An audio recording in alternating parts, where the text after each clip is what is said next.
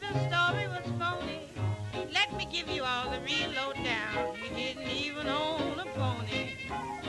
He was really very short and fat, while in the story so skinny and bony, and so hungry that he ate his hat and called the feather macaroni. Underneath the chestnut tree, he and the blacksmith would sip their tea. Then he'd bring out his xylophone all low down. That's how he went to town. Yankee Doodle tried to leave one day, took his belongings and mounted his saddle, but he never started on his way, since he didn't have a pony and the fairy tale is phony. How could Yankee Doodle go to town?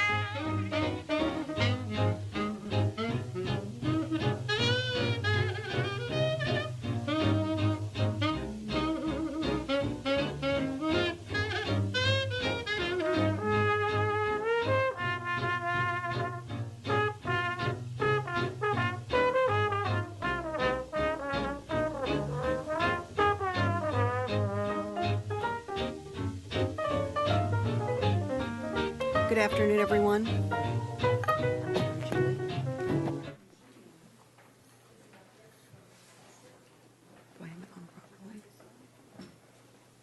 Good afternoon, testing, great. Good afternoon, everyone. I'd like to call the July 17th City of Santa Barbara Planning Commission meeting to order. Ms. Rodriguez, would you please call the roll?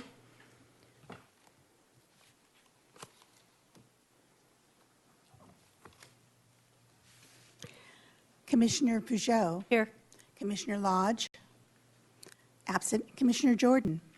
Absent. Commissioner Campanella. Here. Commissioner Bartlett. Here. Vice Chair Thompson. Chair Schwartz. Here. Thank you, Ms. Rodriguez. We're going to move to preliminary matters.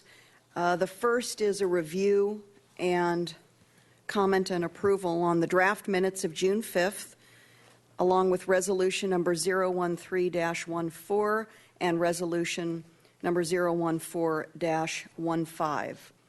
Do we have any changes or corrections to those documents? Mr. Bartlett? Thank you, Madam Chair. I gave Ms. Rodriguez some strikeouts on page 6 of the June 5th minutes, that she will make those revisions. This is on my comments at the top of the page. Yes, and the comment will read, suggested we need flexibility in city standards regarding creek setbacks at unique conditions of stormwater management. Is that sufficient, Mr. Bartlett, for the feedback you Yes, exactly. gave? Okay. Anything else, Mr. Bartlett, on your end? And that's it. Okay. Seeing no other lights on, I'll give you a couple of corrections that I have myself. On page 3 of the minutes, David Corwin's last name is spelled C-O-R-W-I-N instead of K-O-R-W-I-N. And then on page 5 of the minutes, Susan Van Atta's first name is Susan and not Suzanne, so it's S-U-S-A-N as opposed to S-U-Z-A-N-N-E, again on page 5 at the top. Those are my corrections. Seeing no other lights on, do I have a motion to approve the minutes as amended? So moved. Seconded. All those in favor? Aye. Aye. Opposed? Abstentions? Okay, so we have Thompson, Bartlett, Peugeot. Moving on to the resolutions that we have before us that I identified. Any changes starting with 013-14, and that's for South Hitchcock Way and South Hope Avenue.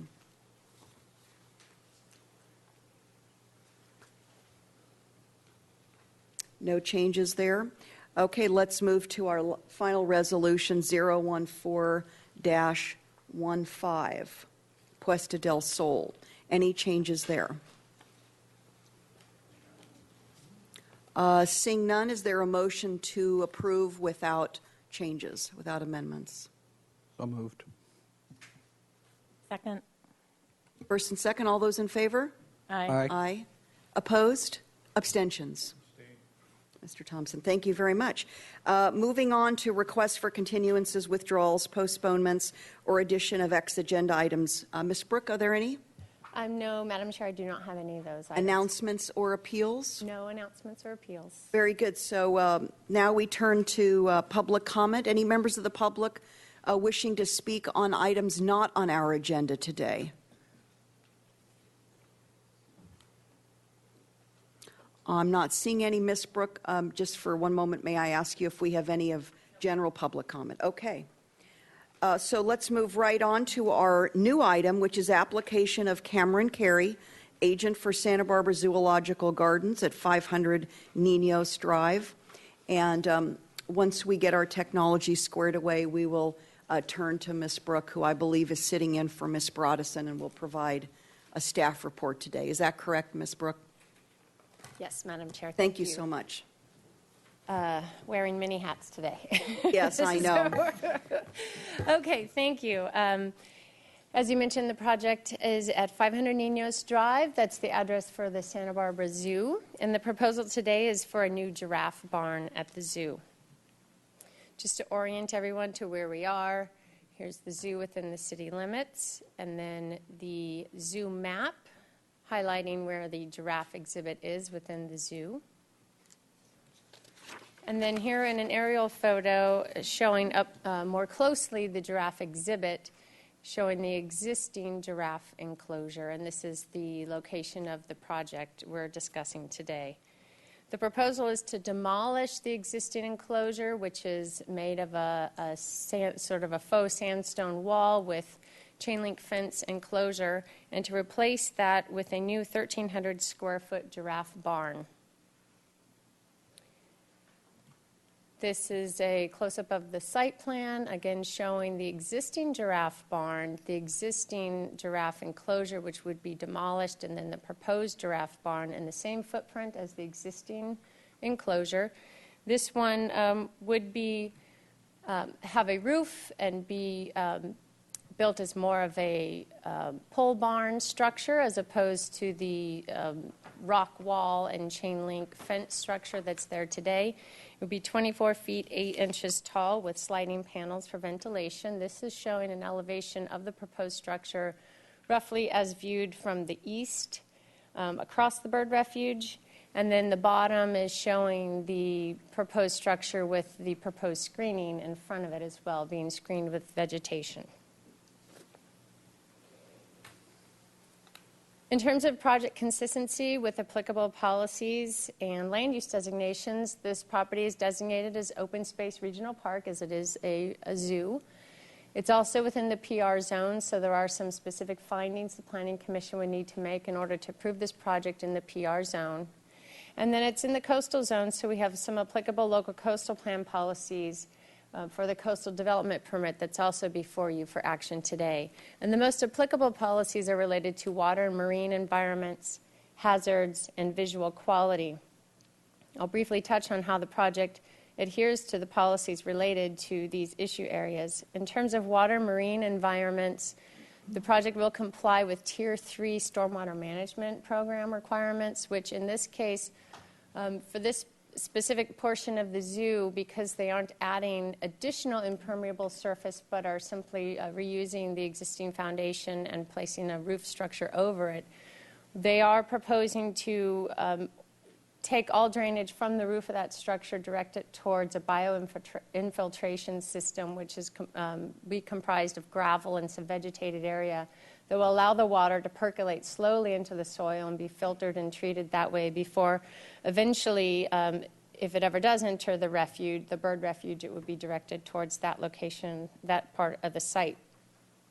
In terms of hazards, the most applicable hazard policies here are related to tsunami and sea level rise, and we were able to determine through analysis of potential sea level rise impacts in this area that the site is elevated enough to not have impacts from sea level rise, as well as tsunami. In terms of visual quality, the HLC did review this project on 2 occasions and considered views of the structure to and from the zoo property and determined that it was adequately screened from Cabrillo Boulevard And the HLC found that the project meets the compatibility analysis criteria when they forwarded this project to the Planning Commission, finding that the design is compatible with the character of the neighborhood and the mass, bulk, and scale are appropriate for the site. With that, staff recommends that the Planning Commission approve the coastal development permit, making the findings in the staff report related to both the coastal development permit and the park and recreation findings, and subject to the recommended conditions of approval. And I do want to point out that before you on the dais are some revised conditions of approval, and really there's 2 additions. They're fairly standard template language additions, but they were missed in the original printing of the conditions of approval, and I'll direct you to them on page 3 of the revised conditions. This is applying a standard condition for tree protection during construction. We did have specific conditions in there related to the coast live oak tree that you saw on the site visit is almost integrated as part of this rock wall that will be demolished, and there are specific tree protection measures for that tree. What we neglected to include were the standard tree protection measures for all other trees surrounding the project work site. So those are recommended conditions to be added on page 3. And then on page 6, again, we had a standard condition of approval in here requiring monitoring during ground disturbance due to sensitive potential for sensitive archaeological resources. That was already included. What we neglected to include was the follow-through condition that actually states sort of a warning on the construction plans that anybody associated with the project be made aware that should any resources be found, what measures should be taken to follow through with that. So again, they're pretty standard. We just oversight on our part not including those in the original recommended conditions. So with that, concludes my presentation. I believe the applicant will be providing some additional information as well. Okay, thank you, Ms. Brooke. And who from the applicant team will be? Thank you. And Mr. Block, your association with the zoo? I'm the zoo's chief executive officer. Thank you. It depends, yeah, if you can facilitate from up there and be comfortable. Welcome. Thank you for this opportunity to bring this before you. It's been a while since we've been to the Planning Commission with any zoo projects. And this is one that a number of years ago we wouldn't have foreseen, but has come out of a program that we started. And that's exactly what I want to do is provide a little context for this. We just talked about a barn that would be very boring, but this is a very exciting project for us. Internally, it's known as Michael's Man Cave. This is a separate space for our male giraffe. Certainly, the zoo has a long history of kind of being known for giraffes. Mr. Block, one moment. I don't think we have audio on your microphone.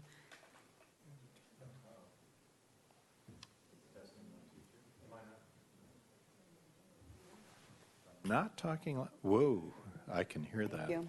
Thank you, Ms. Rodriguez. So the purpose of this is to give some context for the project. The zoo has a long history of being kind of known for giraffes, Jemina, the crooked-necked giraffe, being probably the most famous and globally recognized animal, who passed away in 2008. But prior to her passing, plans were already being made to change the type of management that we were doing for a giraffe herd, and switching from this particular species of giraffe, a Baringo giraffe, to move to Maasai giraffes, a species that had good potential for long-term management, and that would entail then healthier animals over the long term. As much as we became affectionate for crooked necks, it's not always a formula. So we were able to identify a male giraffe at the Toronto Zoo, and he was born in 2006, and in a sense, he was the Andrew Luck of the giraffe draft. This was probably the premier male giraffe, possibly in the world, for Maasai giraffes. Greatest breeding potential, best genetic makeup, and so over a course of about 2 years of negotiating, not so much with Toronto, but with the U.S. Department of Agriculture to move hoofstock across into the United States from Canada. After over 2 years, we were successful in negotiating that deal. But in the meantime, we needed to plan for the other part of this kind of long-term breeding program, and that was the other component is females. So we were able to secure, per a larger management plan within the accredited zoo community, 2 females, Audrey, who was born at the LA Zoo, Betty Lou, who was born at the San Diego Zoo. Both of them ended up being shipped to Santa Barbara and arriving in March of 2010, kind of both arriving actually together, short trips, relatively speaking, and relatively young animals at that point, just 2.5 to 3 years of age. So height wasn't as big an issue. The trip for Michael, however, was quite a bit longer, coming from Toronto, and he arrived in December of 2011 to start this breeding program. And this was done in concert with a consortium of accredited institutions that were all working on a management plan for Maasai giraffes. So here's Michael with a beach view, probably a nice contrast to Toronto, and being introduced to the herd at that time. He actually got to work pretty quickly, because if you think of a 14-month gestation period for giraffes, he arrived in December, and in the spring, April of last year, we ended up with 2 calves, Dane, who was born first, followed by Sunshine. The important thing to note in this, as we learned about managing giraffe herds, is this large divider fence that was in here. Michael, at over about 13 feet in height, doesn't pay a lot of attention to things that are around 6 feet tall, which both calves were, and pretty small. So in order to avoid problems with calves and a very large male, we put a fence there, not because we thought he would be aggressive, but he's not paying attention and the calves aren't paying attention, and the possibility of an accident was pretty significant. So we put up a temporary fence, allowing the calves plenty of time to develop and get some mass, so to speak, before being introduced to their father, and that worked pretty well. This is the situation in the giraffe yard. I think I can make this work. This is the existing barn, and these are just solar panels that are on the roof here, and this is a large skylight over the barn area. This is a training chute in the back that the giraffes have to go through, and this is just a management. But the important piece is right here. This is a large existing open space that has been used for various purposes over the years, but for the past probably 2 to 3 years has essentially been unused. The desire is to be able to isolate Michael from the other animals when they're in the barn, so there's just more space, and I'll show you that in a second. This exterior wall this is a pre kind of vegetation shot of what it looked like a number of years ago. It's filled in since then, but this is a wall that would be removed as part of that project. Kind of looking into this space from this direction, you could see kind of where that wall was, but then looking through into the existing barn, which is right here, while that works very well for 2 to 3 animals, as soon as we get into the 4-animal area, we have a lot of limitations on what that flexibility of that space. When you add Michael, who is enormous, to that space, we just run out of the room to manage the females and the calves. And this is one of our keepers with Daniel. So we've got basically 4 corners in there, and if you add Michael, it becomes very difficult to get in and have keepers work, because we don't work in the same space where the giraffes are. This is an exception because Daniel was bottle fed and hand raised, but typically we prefer that the adults, the females, raise the calves. So creating this space for Michael out here allows us to isolate him, gives us free use of the barn area for the females and calves. And the reason that this needs to be kind of enclosed is that we can't always determine with a 14-month gestation period, we can't always guarantee that calves are going to arrive at a time when Michael can just be left outdoors during that time for isolation. So we wanted to create a space that was protected, that was covered in the event that we have a late arrival, late fall, early winter. And this really was an enhancement to our ability to manage them. Kind of in proportion, you can see that it's just up the hill from the zoo train. And of course, the goal in this is not just our goal. It really is this group of institutions that are counting on Michael to be a good dad and produce offspring that are going to be moved. So both Dane and Sunshine have new homes. Sunshine will be moved. But Dane has already moved to Waco, Texas, to the Cameron Park Zoo, and the Phoenix Zoo is awaiting an appropriate time to move Sunshine. So these offspring basically are part of a managed population that we're all working cooperatively on. Of course, the goal of all this is to be able to continue to create really great experiences with giraffes, get more actual support for giraffes in the wild, but also manage a very healthy population of Maasai giraffes. If you have any questions, I'd be... We'll certainly provide time for that, and we may ask. Is that your presentation? Anyone else from your team, Mr. Block, would like to come up? Nope, No? we're good. Okay, great. Thank you so much. Ms. Brooke, do we have any speaker slips from members of the public? No, Madam Chair, I don't have any for this item. Okay, very good. Let's come back to the commission then with questions for staff and or the applicant team. Who would like to jump right in? Ms. Peugeot, please. I have one question, and probably for the applicant.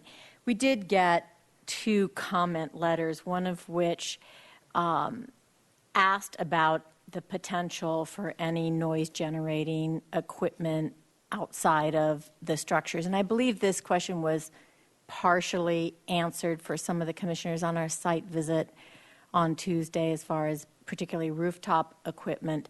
But if you could speak to that and whether or not there will be any additional noise-generating equipment that would be located outside of what we see on our plans today. Chair Schwartz, Commissioner Peugeot, thanks for the question. There will be no rooftop equipment that will be generating noise. The existing equipment that you saw out there, the chutes, the management system, the big steel structures, that's all going to stay in place, so it's already there on site. So there will be no additional equipment. Thank you. Any other questions before I go to my own? Mr. Campanella. Thank you, Madam Chair. I spoke to staff and communicated with them relative to a question I have that just might be informative to yourselves and the public, and that was on the aspect that no grading was proposed as part of the project. So I was asking whether that was clear in the conditions, et cetera. But as I was informed by staff, and I understand, actually the approved development does not contain any grading beyond just some incidental, and I was primarily concerned about the slopes behind the structure. And since caissons are being used, no grading is anticipated.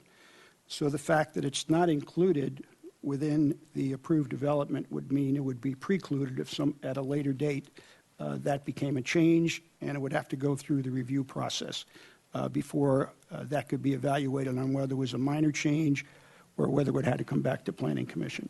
So I just wanted to share that. That was an explanation I have, and I appreciate staff's response to that. Madam Chair, if I might just clarify to make sure that full disclosure, what Mr. Campanella is referring to is correct. In terms of the actual project, well, the whole scope includes not only Giraffe Barn, but also the biofiltration area. So that does include some clearing of vegetation and excavation. So I believe when we answered your question about grading in terms, and in the staff report in terms of relating to the barn structure, you're correct. No grading is proposed as part of that. There will be caissons drilled, not pounded, yeah, drilled for that structure. There will be grading to set up the stormwater management area, though, for the filtration. I understand. Yeah, I was speaking about the structure. Thank you for clarifying again. Appreciate it. Mr. Bartlett? Oh, Mr. Carey, did you want to further yes. elaborate? Yes, Thank Chair you. Schwartz, Commissioner Campanella, a great point that you're bringing up, and it just made me think that during the course of construction, our plan was to retain the existing slab out there. It's out there. It's serviceable. When we start drilling our caissons, we may find that the slab is not all we hoped it would be, perhaps, and we might have to remove the slab, compact, pour a new slab in place. It would be the same finished floor elevation. So it's a good point. I would hope that if that situation does occur in the field, that we do not have to come back to commission here to receive revised approval for that. So if there's a way we can work that in the language, that would be great. Or perhaps the flexibility is already in there in the existing language, but just to be clear. Let's take a moment. I think it's important enough. Thank you, Mr. Carey, for mentioning that. Thank you, Chair Schwartz. Let's consult with Ms. Brooke. Thank you, Madam Chair. And I will quickly look through the conditions. I don't believe it's listed as a preclusion in the conditions. I think it's a narrative observation in the staff report that no grading will be required. But I'll double check just to make sure we won't get into a situation where if they find it's necessary that it would be precluded. Mr. Bartlett, questions? Thank you, Madam Chair. Well, this is a two-part question probably for the applicant and staff, and it's in response to the applicant letter at the very end talking about project timing. And obviously, the expectation is that the giraffes are going to be born less than 3 months from now. So are the plans further advanced than the ones that we've seen? If you still have to go through the building department, get a permit, and construct it, I mean, is that schedule even possible? I've never experienced that short of period. It would be great if it's true. You want to ask the second part, or go ahead and address this one? Well, I'll ask it of you, Okay, and great. I was just curious, from staff's perspective, can this really move through the system and be built within less than 3 months? That's right, Chair Schwartz, Commissioner Bartlett. At the time of the applicant letter was written, that was our anticipated. We had a shot of getting it done, knowing that the process may take longer than that. The zoo has had some contingency plans on how to manage the first birth that's going to happen in October. Since the weather should be okay for having Michael outside, we are now trying to get it done before the second birth that will happen in March. So that's our current schedule that we're working towards. Great, thank you. So I guess staff was aware of that delay, or okay, thank you. Okay, I'll go to my questions. I'm seeing the photograph with the solar panels prompts me to ask if there's going to be any change, any extension or expansion of the solar panels. That's very encouraging to me, and I hadn't seen that aerial view, so Yeah, appreciate Chair your- Schwartz, the solar we will not be adding solar panels to the new giraffe barn, as it's a simple shed roof. I see. And not really designed to accommodate another array of panels out there. Okay. While you're there, well, this may be for you, Mr. Carey. I don't know if it's for staff or you, but in our packet on A0.1 view of kind of from Cabrillo Boulevard looking at the zoo, and thinking of our severe drought conditions and how heavily wooded or landscaped this area of the zoo is, I'm wondering what provisions for defensible space for fire management and evacuation we're planning for with this. Not directly in conjunction with this project, but this prompts my question in general in terms of this area of the zoo and with our fire management practices and going into a stage 2 drought conditions, and just wanting to make sure that any unintended fires that are up, we can get animals and people out safely. Chair Schwartz, I'll direct that question towards Mr. Block in terms of animal evacuation, but the fire department does have normal on-site visits at the zoo verifying that everything is up to snuff. Jim Austin was part of our site walks in our DART process, so he was involved in this project as well and gave his input. So I know the fire department is active at the zoo. Okay. and then I will turn it over to Mr. Block in terms of emergency evacuation procedures. That's all right. I just wanted to Okay. make sure, Ms. Brooke, that given how densely vegetated this area is, and again, with really in a tinderbox environment right now and for the foreseeable future, I just want to make sure that City Fire is involved with, regular monitoring Yes. of this. Yes. Okay. Okay, let me move on here.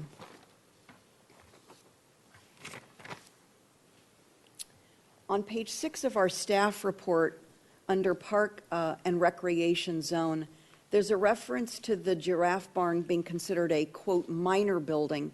And I'm wondering if there are different considerations with a definition of minor versus major. Madam Chair, there are. I don't have that section of the code in front of me right now, but in the PR zone, there are distinctions about different improvements at parks. And if they are a more major structure, then it would require Parks and Recreation Commission approval as well as possibly the Planning Commission. This is coming to the Planning Commission because it's considered a minor building and it's in the coastal zone. You have the coastal purview here too. So there's various triggers for which body would review, and I believe in some cases it even requires both. Square footage, I mean, I'm sure that's probably part of the minor versus major, right? And I think, well, for one, if it's a new ball field, that's considered a major improvement. That's See. major. I don't know if it refers to square footage, but it's more just the regional draw. Okay, but we evaluated minor versus major, which is why you're calling out the barn as being a minor building, because it would trigger. Okay. An additional facility to an existing regional park. Okay, very good. Let me keep going here. On our site visit, I was talking with, I don't know if it was the architect or someone else, about this interesting collaboration between the zoo and the Channel Islands Restoration, a nonprofit, in terms of the vegetation improvements. And I was just wondering if somebody could just speak very briefly to how that's resulted in the plan we have before us today, this unique collaboration between you and Channel Islands.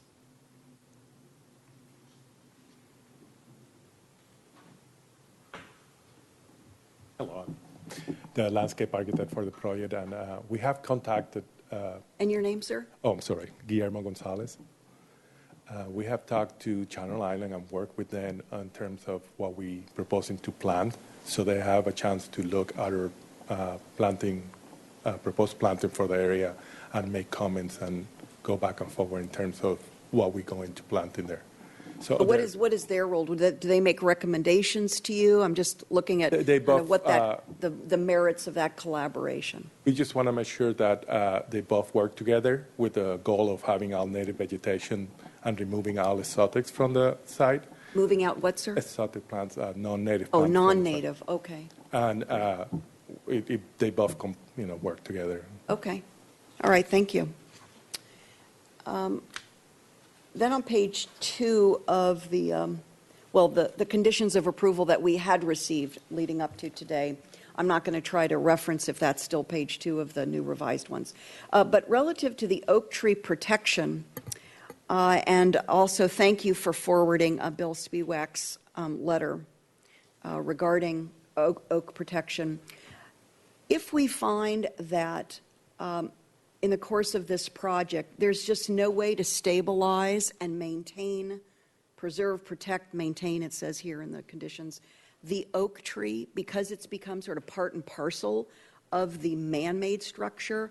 I'm wondering if within our ordinance we would allow, if the oak is too damaged in the course of this, can we just allow it to be removed? There's no provision for that in here, and so I'm just wanting to make sure we're realistic when we're obligating the applicant, the zoo, to ensure that it says they shall, preserve, protect, and maintain.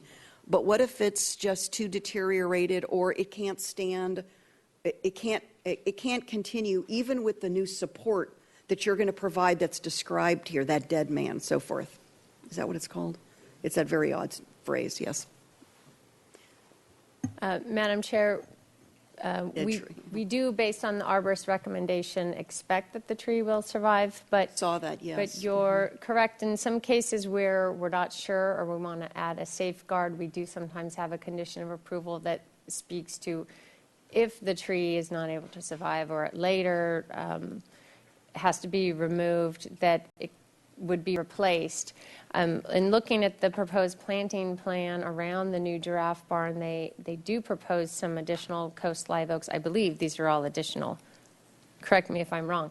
There are 3 coast live oaks planned to be planted to help screen the barn, as well as sycamores and some willows. So maybe the landscape architect could speak to whether or not there would be room for an additional oak tree if that one happened to not survive. But if the commission wanted, we could add a condition that says if it were not to survive, it would be replaced, or if there's not room for a replacement. Okay, in the I'll ask same my colleagues how location. they feel about that. I just didn't want to, like, over-constrain the applicant if you find after you've done your best to preserve this tree when this area gets reconfigured, if it's just not going to stay up and stay healthy on its own, there's no point in protecting and maintaining it if it can't survive. So I didn't see any provision for that. So perhaps when we get to comments, I'd like my colleagues' thoughts about that. Then on the same page of the original conditions of approval, under lighting, it's a section by itself, item number 6. And then under design review, it gets repeated partially. So here's my question. On page 2, under lighting, number 6, there's a reference to the currently adopted California Energy Code, most currently adopted. But when this section gets repeated down below further in C, item C, design review, that lighting language doesn't pick up the reference to the California Energy Code. It just cites our city lighting ordinance, and I'm wondering why that is. Madam Chair, thank you for pointing that out. I see what I believe we did was we carried forward in the written agreement condition, B6, is really almost a reiteration of a pre-existing condition from the 2006 Planning Commission resolution. It's almost verbatim, but we added more specific language directing that the lighting be directed away from the bird refuge, and then repeated that in the design review condition, so that was brought specifically to the attention of the HLC. So in reality, the condition language of B6 is already in effect at the zoo due to the prior Planning Commission resolution. And we do state at the end of these conditions that all those prior conditions are still in effect. So You don't feel it's necessary to bring that forward, is what you're saying, right? we wouldn't necessarily need to. It's Okay. in here again as a Okay. condition of the written agreement. All right.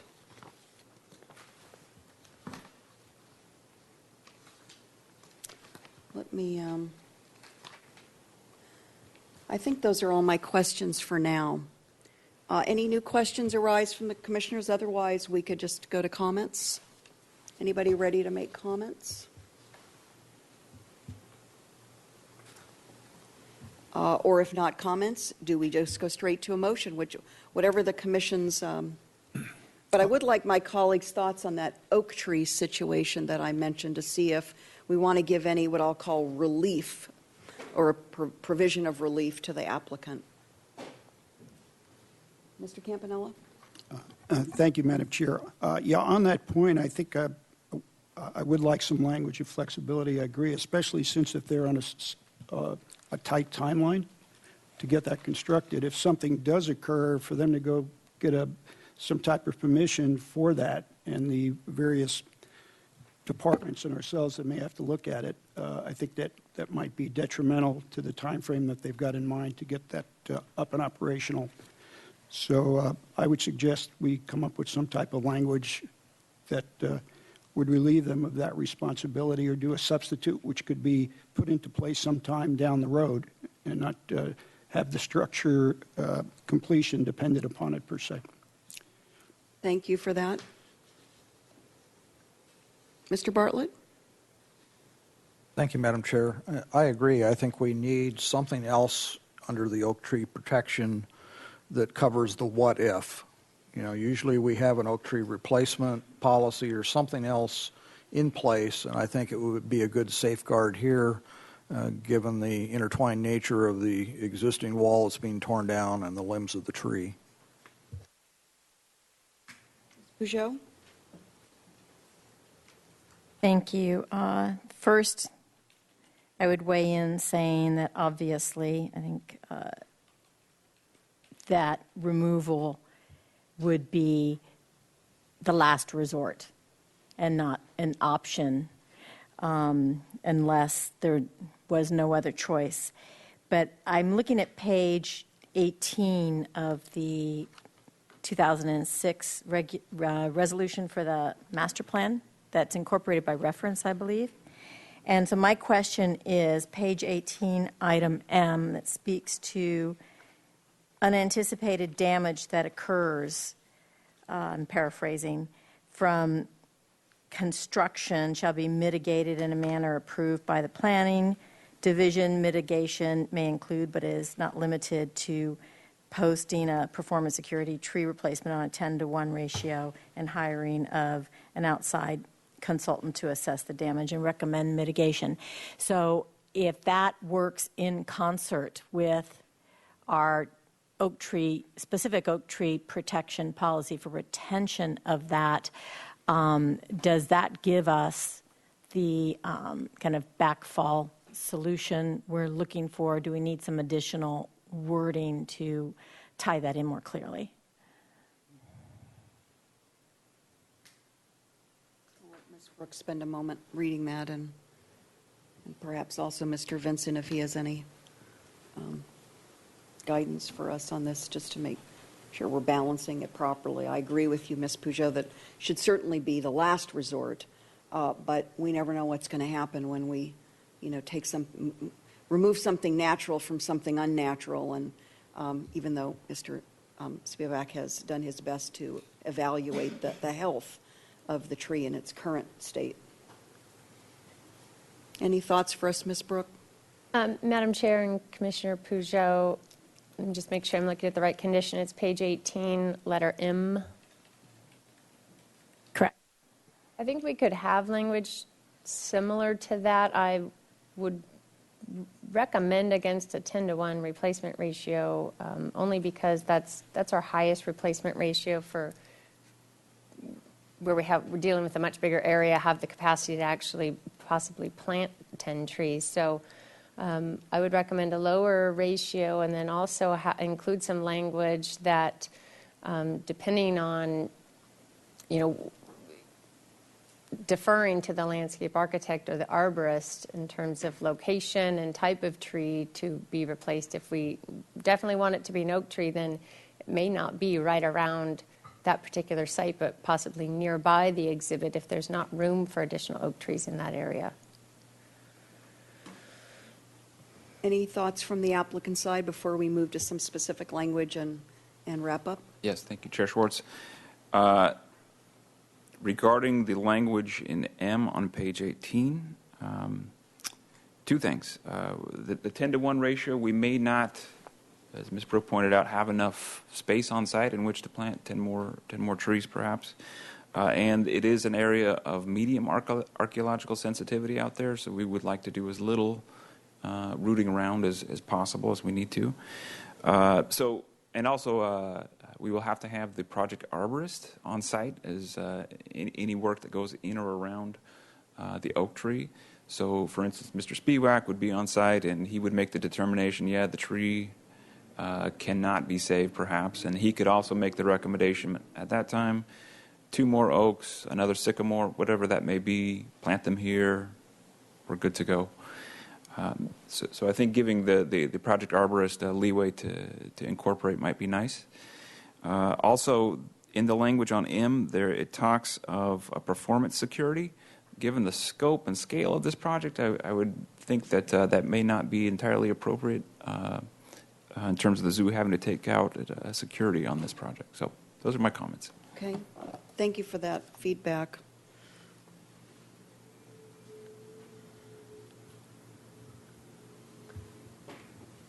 Ms. Peugeot, any kind of follow-on thoughts? And then to Mr. Thompson from there. Well, I do think that the language of M could be revised to be more, to relate better to our specific oak that we're protecting.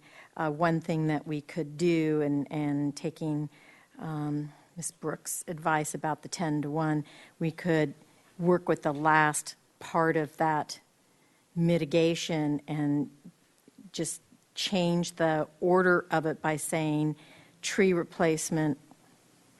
Well, I guess it would say hire an outside consulting biologist to assess the damage and recommend mitigation, including tree replacement at an appropriate ratio.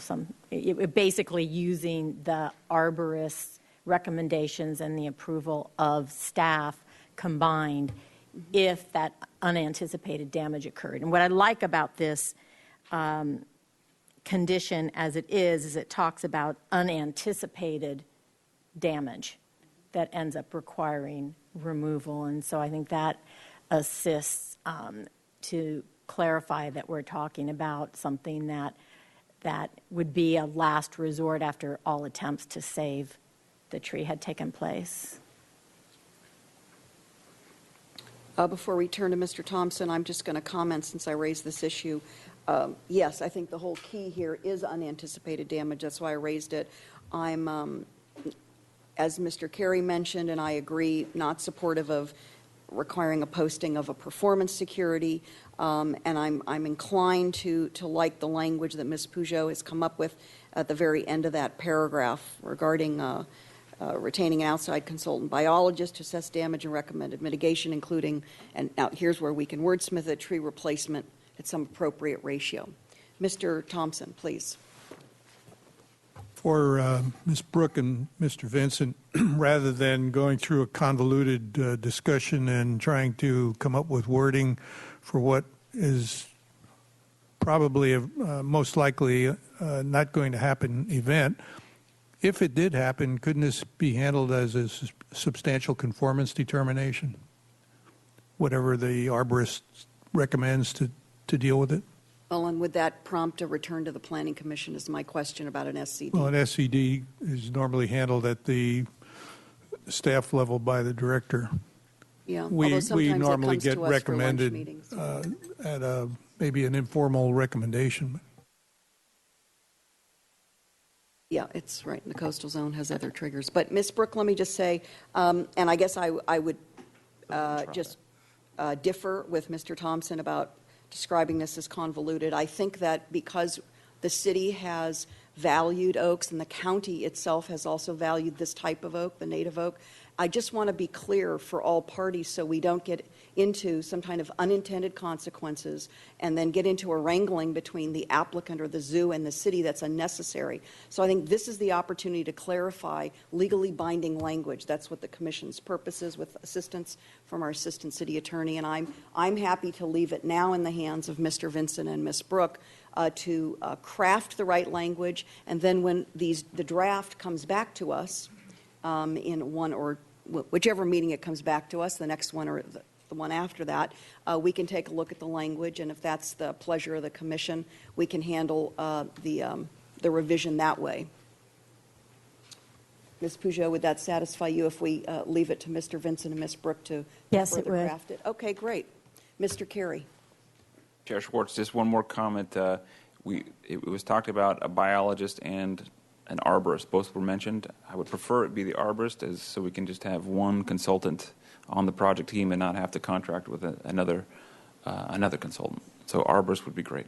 Okay, arborist, I'm supportive of that. Ms. Brooke, does that work for you in moving forward? Madam Chair, it does. As one of the conditions, C2G, already states that the arborist shall be involved in the design of the support system and direct all procedures with the tree. Mm-hmm. So the arborist will be on site, and staff is fine if the same arborist makes that determination as to whether it needs to be removed due to unanticipated damage. Okay, very good.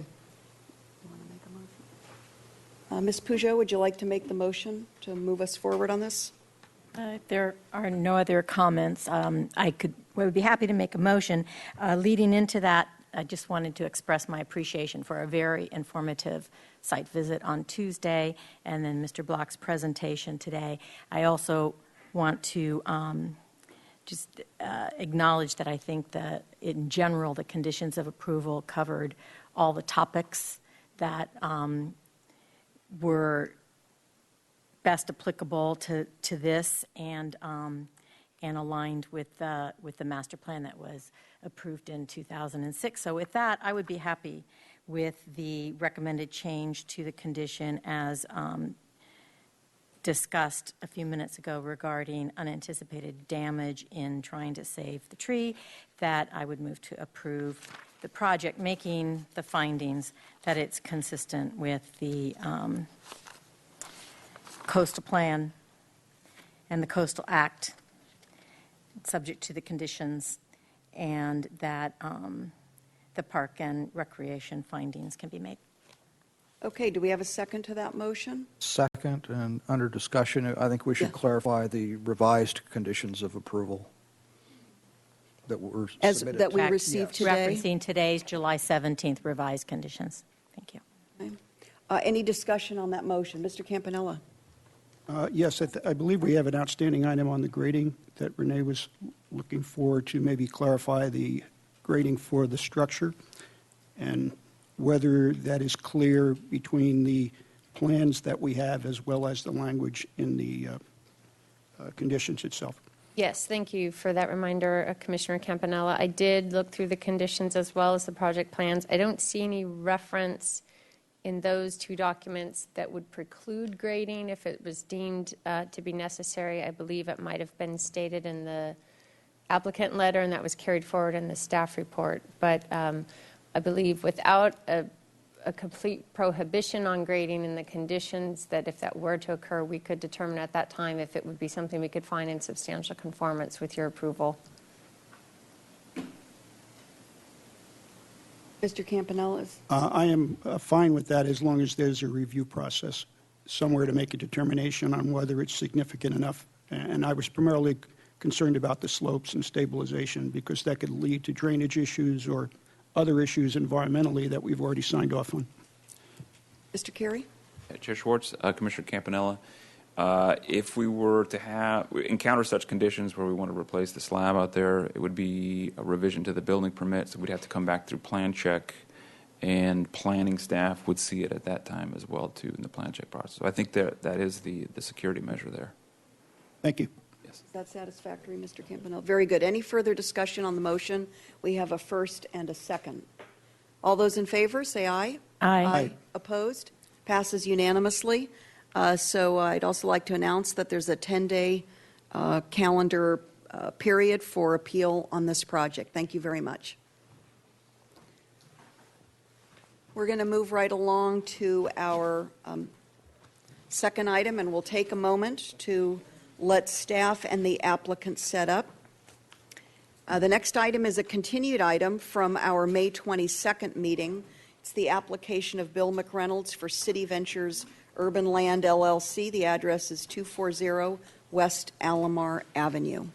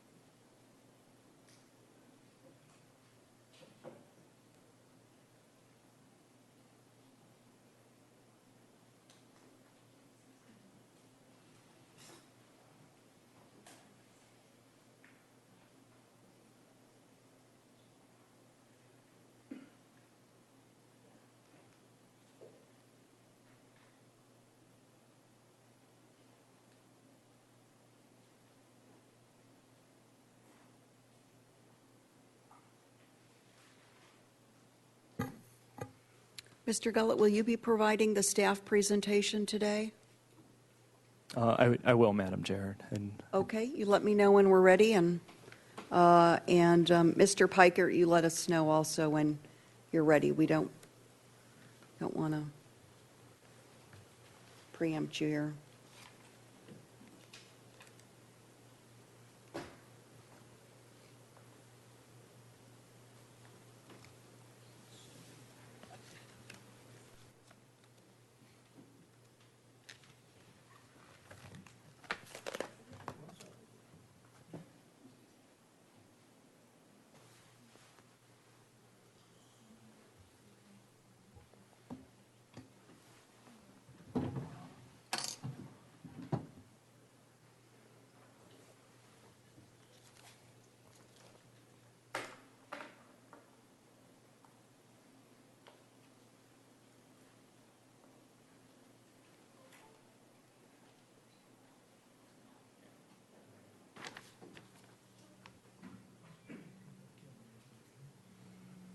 Okay, are we all set?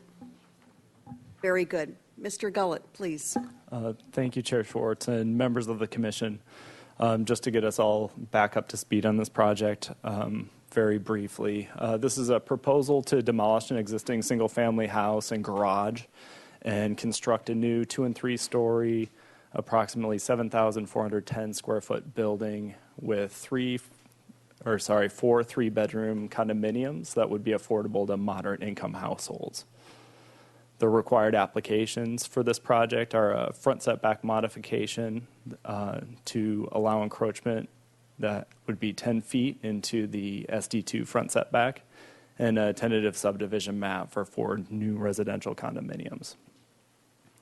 This is a continuation, as you said, of your Planning Commission hearing of May 22nd. Your commission continued the hearing, encouraging the applicant to redesign the project to eliminate the need for any modifications, including the front setback modification. The applicant has restudied the project and concluded that the original design that was proposed at that May 22nd hearing was the preferred alternative, and Mr. Pikert and Mr. McReynolds will be giving the rationale for that decision.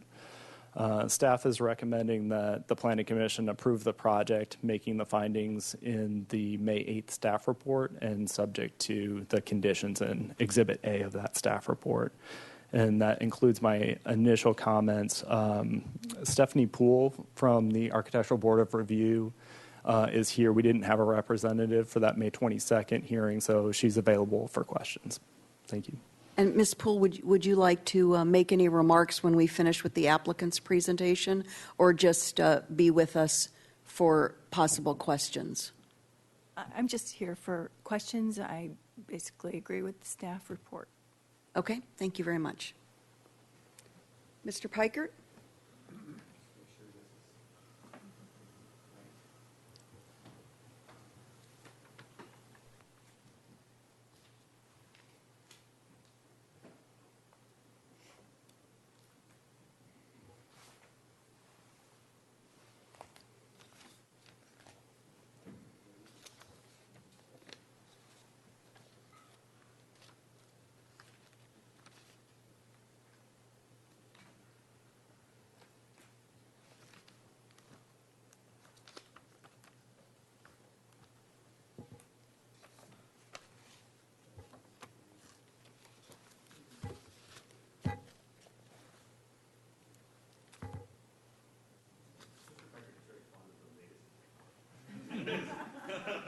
I've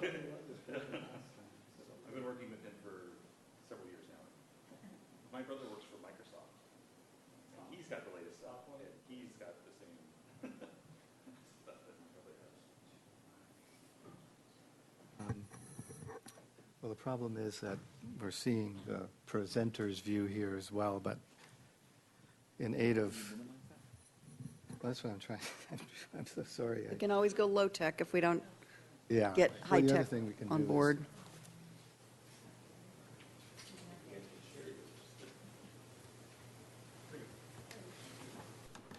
Very good. All right.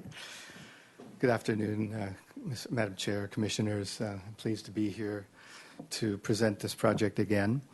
And wanted to just explain, first of all, I mean, for the members of the public who might be viewing this, we have the developer, City Ventures, is an excellent developer with a tremendous reputation, especially for producing workforce housing in various communities in Southern California. Bill McReynolds is here to answer questions on behalf of the developer and conclude my presentation as well. You're familiar probably with the East Beach Collection. That's a project that was recently completed by City Ventures. And this project is somewhat related to that because it's kind of an extension to provide, as a result of an agreement with the city, to provide 4 more additional affordable units in Santa Barbara. So you're familiar with the site. It's on Alomar Street. And out here we see State Street. It's just, I'm sorry, De La Vina. And there's an existing house on the site right now. The lot is approximately 14,810 square feet. I'm not going to go over every detail because you're already pretty familiar with it. But the land use is currently the single-family home, but it is zoned R3, but it's also subject to the SD2 overlay, which is really the primary issue, I think, that we're dealing with here today. And we met with you on May 22nd, and at that time, we continued the hearing with the intention of studying some alternative concepts and potential solutions to some of the issues that were raised. And I want to be clear that we really did spend quite a bit of time researching and looking at a number of alternatives, ultimately coming to the conclusion that the current plan that we have now that you've reviewed previously is really the best of all of those alternatives. But I will go through the thinking process with some additional exhibits as we go on. So this is the current design. There's a 10-foot setback, which is pretty much in line with existing apartments. One of the apartments is about 10 feet back from the property line, and the other one is about 8 feet back. We're 10 feet back, with a portion of the building being a single story here, and then it moves up to a second story. This is like a second story balcony outdoor living space for the residents of this unit. The front entrance is facing the street consistent with urban design guidelines that try to create a pedestrian-friendly environment in this sort of urban setting.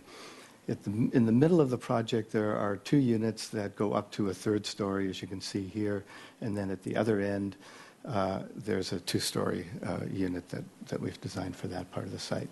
Driveway down the side here, and then there's garages that provide 2 parking spaces per unit, with the exception of the last unit, which only has 1 parking space. And that evolved as a result of our efforts to try and increase the creek setback. This is the site plan as it is right now. 10-foot setback, front entrance, landscaping here in this 10-foot zone. And then, of course, there's a landscape zone here between the street and the sidewalk as well. This is the 25-foot setback. We redesigned this unit, which was similar to this one previously with a 2-car garage. Now it has a single-car garage, but we provided a second open parking space over here. And we're able, as a result of that revision, to provide an additional 10 feet of setback so that we have a total setback from the creek here now of 35 feet, from the top of the bank of 35 feet. I want to just kind of go over the main points about this project that we all should be aware of as we review it. This is an affordable housing project. These are 4 affordable, moderate-income family units. They're all 3-bedroom, with the intention that it will actually be available to families. The developer wasn't obligated to do 3 bedrooms. He could have done 2 bedrooms, but really felt that the real need and demand is in that 3-bedroom unit, of which there are very few affordable units of this nature being produced. The reason is that there's no subsidy available for them. in the same manner that, for example, a rental housing tax credit type project might be able to subsidize the units. So the developer is really subsidizing the affordability of these units. They're going to be priced at $334,000, and that is almost approximately half of the value of a market rate unit, of a similar market rate unit. Each of the units has 2 parking spaces, and that was really important to the neighbors. They were concerned that even with only two parking spaces, that they were concerned about the parking. So we felt, as the developer, Bill, felt that 2 parking spaces per unit was a really important component of this development, both to satisfy the neighbors and to provide the appropriate parking in this neighborhood, which is not located directly downtown. The unit sizes, I know that was a subject of our last meeting. I wanted to show you that they actually range from 1,279 square feet to 1,589. This is not, a huge luxury unit by any means, but as a 3-bedroom family unit, I think we believe it's very appropriate. Even if this were an AUD project, it would barely be over the average unit density allowed under the AUD. There will be a homeowners association, obviously, so the community is well maintained. And we're really utilizing the latest technologies to make these buildings truly green buildings. And they're going to be targeted toward the local workforce. And the location here, would obviate the possibility that, or I should say, would speak to the possibility that you have a major employer, Cottage Hospital, nearby. And I'm convinced that there'd be many potential employees who'd be interested in this opportunity.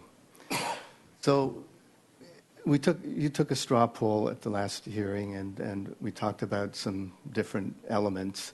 One is that you indicated that you were not in favor of a parking modification. You indicated that the front yard setback was important to you. Is there support for the creek setback at 35 feet? The majority indicated that yes, it is.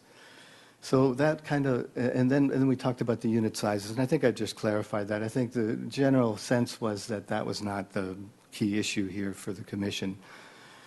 So that left the setback modification as the primary focus of our presentation today. And my purpose in this presentation is to hopefully convince you to reconsider your position regarding the setback and accept the staff recommendation and the recommendation of the ABR that in this instance, given that it's an affordable housing development, a 10-foot setback or a modification of that setback to allow the 10-foot setback that we're currently proposing is an appropriate response to our request. 10-foot setbacks are dominant in the neighborhood on this side of Valimar Street.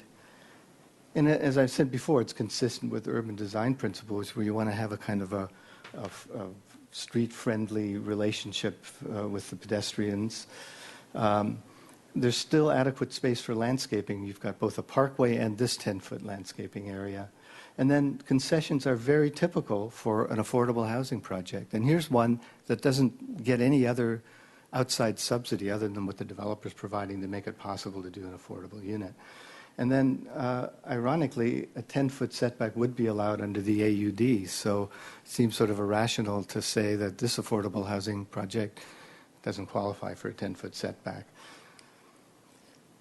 The 2 buildings on either side are both set back about 10 feet. This one's 8 feet, actually. I wanted to just show that slide.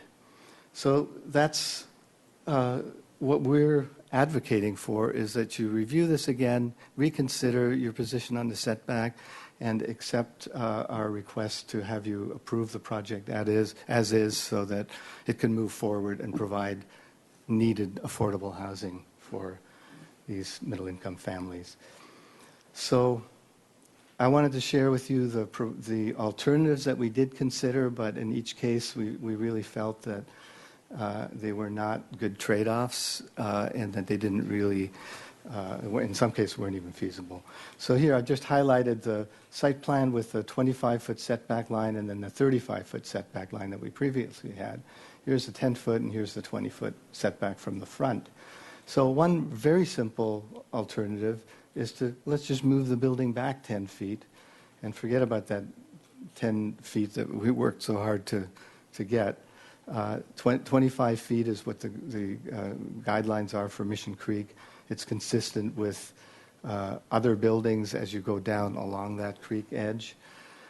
So that would be a simple solution. We have no objection to it, but again, we feel that for the public benefit of having an increased setback, it would be worth simply accepting the modification for the 10-foot setback from the front so that the building could provide that 35-foot setback that you felt was acceptable.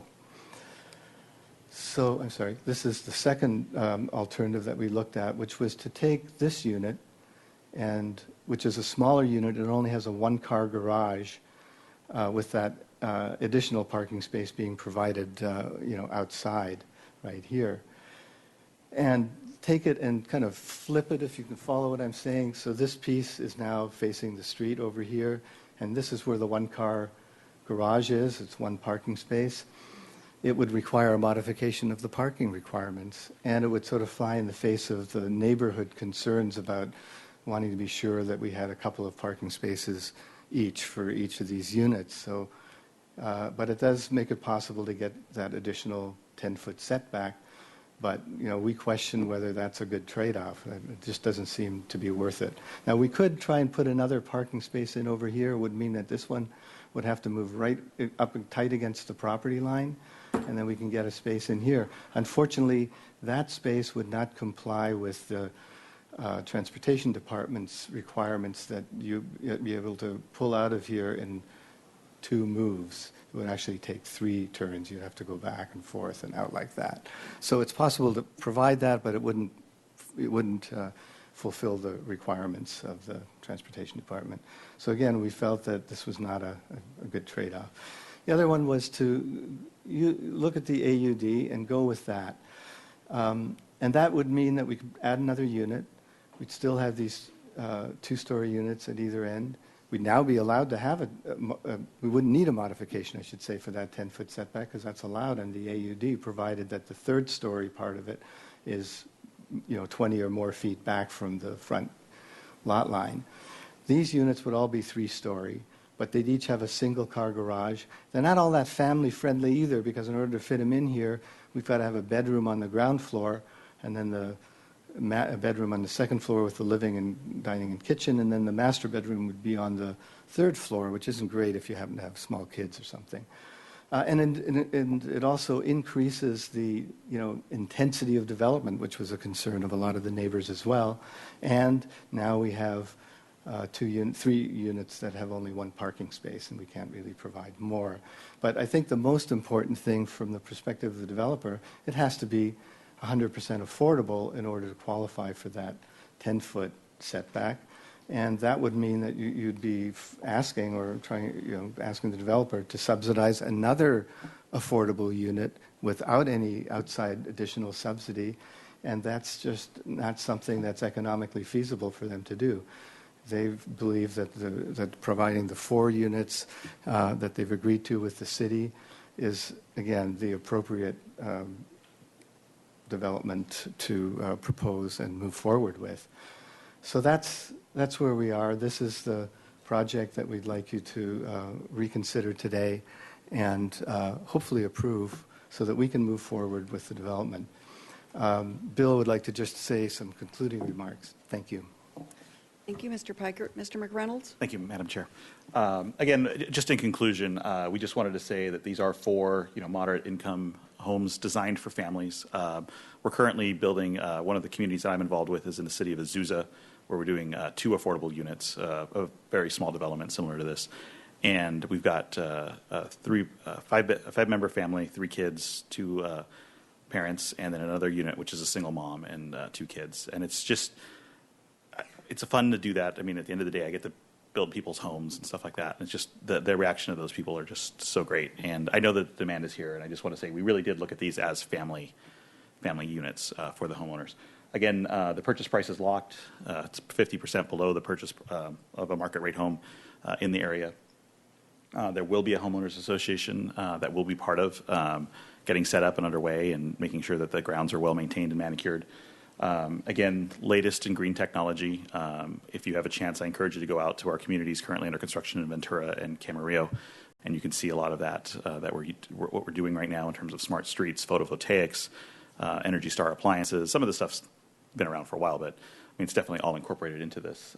We do believe that the setback modification is reasonable based on the staff support and the ABR. And in terms of staff, we were dealing with a lot of different issues in terms of creeks, trying to get creeks what they wanted, try to get, in terms of planning and the look of it. And like I said, we really did listen to the comments, and we went back, to the drawing board. We got the civil engineer, the landscape architect, everybody involved to talk about how do we achieve those goals. And we do believe this is the best community that we did present forward. And we do ask that for your approval today. And my final comment, we are ready to move this forward. And we see no reason why we wouldn't have 4 new families living here by the end of summer next year, assuming a normal permitting and construction process. Thank you. Okay, thank you, Mr. McReynolds. So with that, let's bring it back to the commission for questions of staff or Ms. Poole from ABR or the applicant. Mr. Thompson? Could I ask if Ms. Poole would give us a quick summary of the ABR's discussion regarding the front setback versus the creek setback and neighborhood compatibility? Yes, Commissioner Thompson. The ABR felt that the trade-off of the front yard setback and the creek setback was more important, and that was a unanimous decision. I think that everyone was unanimously in favor of the 3 stories and felt it was appropriate based on the fact that it steps back as it goes up. And the surrounding foliage and trees are of heights that would be taller than that 3 stories. And seeing as how there are several, commercial and residential projects nearby that are 3 stories, we felt it fit in well with the neighborhood. Let's see, what else was there on that?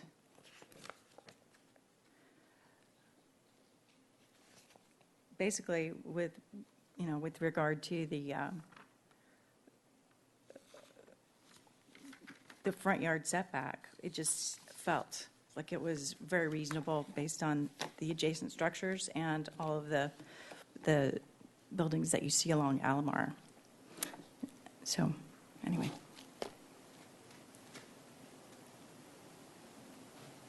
Other questions, Mr. Thompson, for staff or the applicant? No. Mr. Bartlett? Thank you, Madam Chair. Well, I have a question for staff. Obviously, the whole motive behind this project and the agreement with the city was to make up for the 4 units on the Los Potales project. But as I see this, I would understand it if the applicant was adding 4 affordable units to the single-family home that's already there. But when you demolish the home and only add 4 units, you're only ending up with 3. We're losing a market rate home in the process, so I don't think we're gaining the 4 units that was the intent. I mean, does this lead to then yet again another makeup project to build another market rate unit somewhere else in town? So I'd be curious how the impetus for this whole thing really got rolling, and where does that leave us? Madam Chair, Commissioner Bartlett, that original project at Los Portales, it was a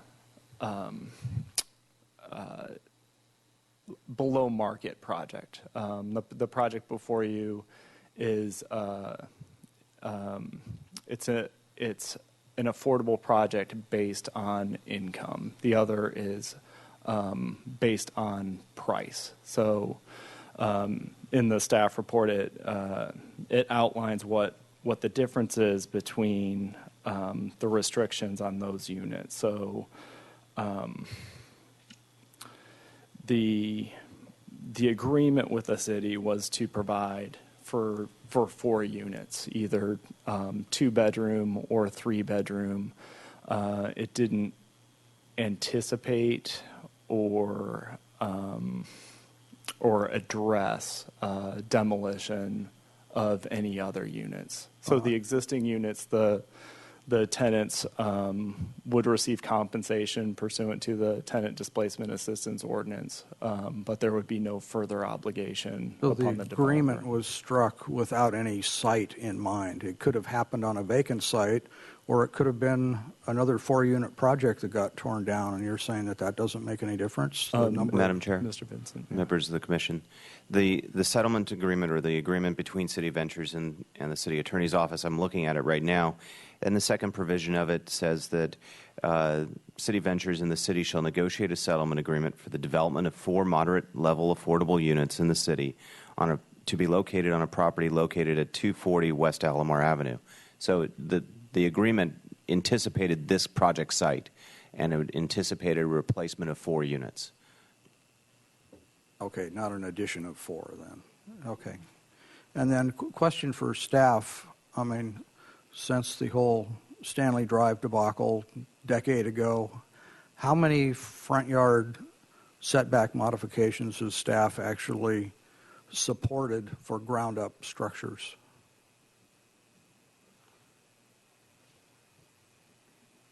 Madam Chair, Commissioner Bartlett, that's a good question. I wouldn't want to necessarily take a guess at any figure, well, but let's say residential only then. right.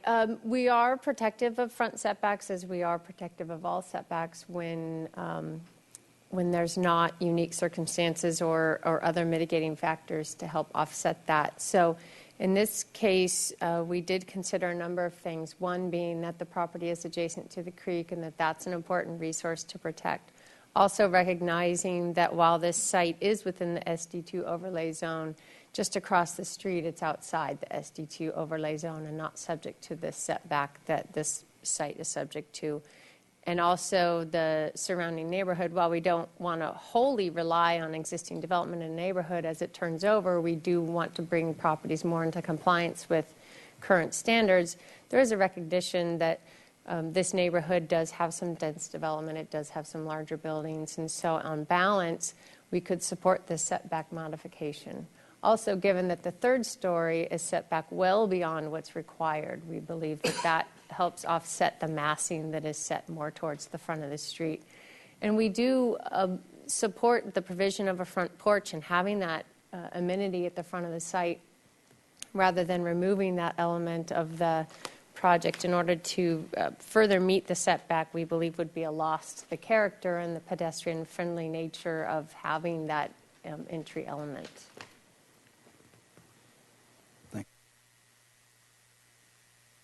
Campanella? Thank you, Madam Chair. Question for staff. As the report says, these are affordable units by city definition. These would be considered moderate, if you will? Is that the category? Madam Chair, Commissioner Campanella, that's correct. There would be moderate. Okay. As staff or the housing group at the city, have they calculated what the maximum monthly payments would be for somebody to afford these units? And so the applicant would have to sell them at this price. You have a price fixed, but what would be on a 3-bedroom unit the maximum income that somebody could earn? And rent that would go along with that. I'm sorry, the monthly payments that would go along with that. Okay. Yeah, so I have income qualification, but also to answer your question, for 3-bedroom units with some assumptions, 10% down payment, 4.5% 30-year fixed rate mortgage, including everything, the housing staff estimate was about a $2,300 payment per month, and that would be compared to market rent for a 3-bedroom unit, which is about $1,000 more at $3,300 per month. About $3,300. Now that would, under the AUD, there is no rent limit on a rental program to get the 10-foot setback variance, correct? It just has to be a market rental, which we assume is less than a market ownership unit. That's correct. And then also on this particular unit, as opposed to rents going up, the monthly payment, I would think, for the occupant would be pretty small relative to increase. It would only be property taxes, I guess, would be the main component of an increase as compared to rents, which are subject to whatever the market would bear. Right, and possible HOA increases. Yes, okay, that's correct. Still less than what possibly the rent would be. Yes. So we have a good degree of affordability for a affordable for sale unit that is maybe giving better community benefit to a family, especially to a family, than a rental would be that would get a 10-foot setback variance in the AUD SD2 zone. That is correct. And just for the Planning Commission's information, I did also talk to housing staff about how many of these 3 bedrooms do we have in our inventory. And the total's 49 currently, and 46 of those are on Gregory Way. So it's about 10% of our affordable housing stock is 3-bedroom or more units.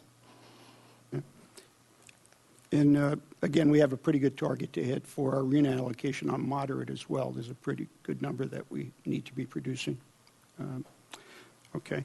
I guess the other question really, I appreciate Ms. Poole being here about and talking about neighborhood compatibility, which is a big issue when we're building in residential neighborhoods. As far as the modification that we're accepting, I look at it as a relatively small area, or a smaller area than possibly could be built on that lot if you complied with the 20-foot setback. And I'll have staff correct me on this if I'm wrong. With a 20-foot setback, you could build within 6 feet of each side yard. Is that correct? If you put it back 20 feet, you could build 2 stories? Yes, it could go 3 stories at 20 feet even. 20 feet, you go 3 stories with a 6-foot side yard setback. So this is a 60-foot lot. So theoretically, before it went to design review, not that it's going to pass, but theoretically, you would be allowed to build a 48-foot wide 3-story building if you were back 20 feet on this lot. Theoretically. And the SD2 even allows for a 15-foot tall building to be at 10 feet as long as it's single story. So I just wanted to put the modification in perspective relative to the amount of modification that's being asked for, rather than a project that went in looking at what was allowed and then being modified by the ABR to break up the massing, et cetera. So I would think this would be less than, let's say, a minor type of modification given what could be built there. And especially considered the actual separation between buildings is pretty significant. It's pretty much in keeping with the buildings that are there on either side. So I can also see how ABR came to the compatibility affirmative decision on that. I appreciate you being here today to support that. Thank you. Any other questions? No comments? Ms. Peugeot. I have a couple of questions. Thank you. First of all, to staff, the project, I guess it's on Los Portales. The units that this is intended to replace, were those 2-bedroom or 3-bedroom, or do you know the comparable sizes of those? I don't. I would. It's Perhaps a question for may. Mr. McReynolds. Okay. And I do have questions for the applicant, and then maybe a final question for staff. So if the applicant would like to answer that question, I also, following that, would like to take another look at the alternative 2 that was reviewed. And on that, I would like, if you could just walk us through the floor plan and the size of that compared to what the proposed project is, and also just go over that parking configuration one more time.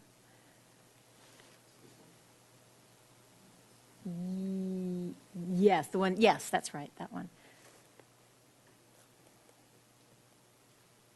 Madam Chair, Commissioner Peugeot, I'll just explain it from the beginning again. So what we're doing is, when we originally proposed the project, this unit back here was bigger. It had a two-car garage, and that extra car garage took up about 10 feet. We eliminated the two-car garage and just have a single-car garage back here now. So what we were proposing here was to take that same unit, but flip it over and put it over here. Unfortunately, this is a much more compact designed unit, so it doesn't have quite the articulation of the mass that the current design has, where there's a one-story portion and it steps up, and it's just a lot more elegant.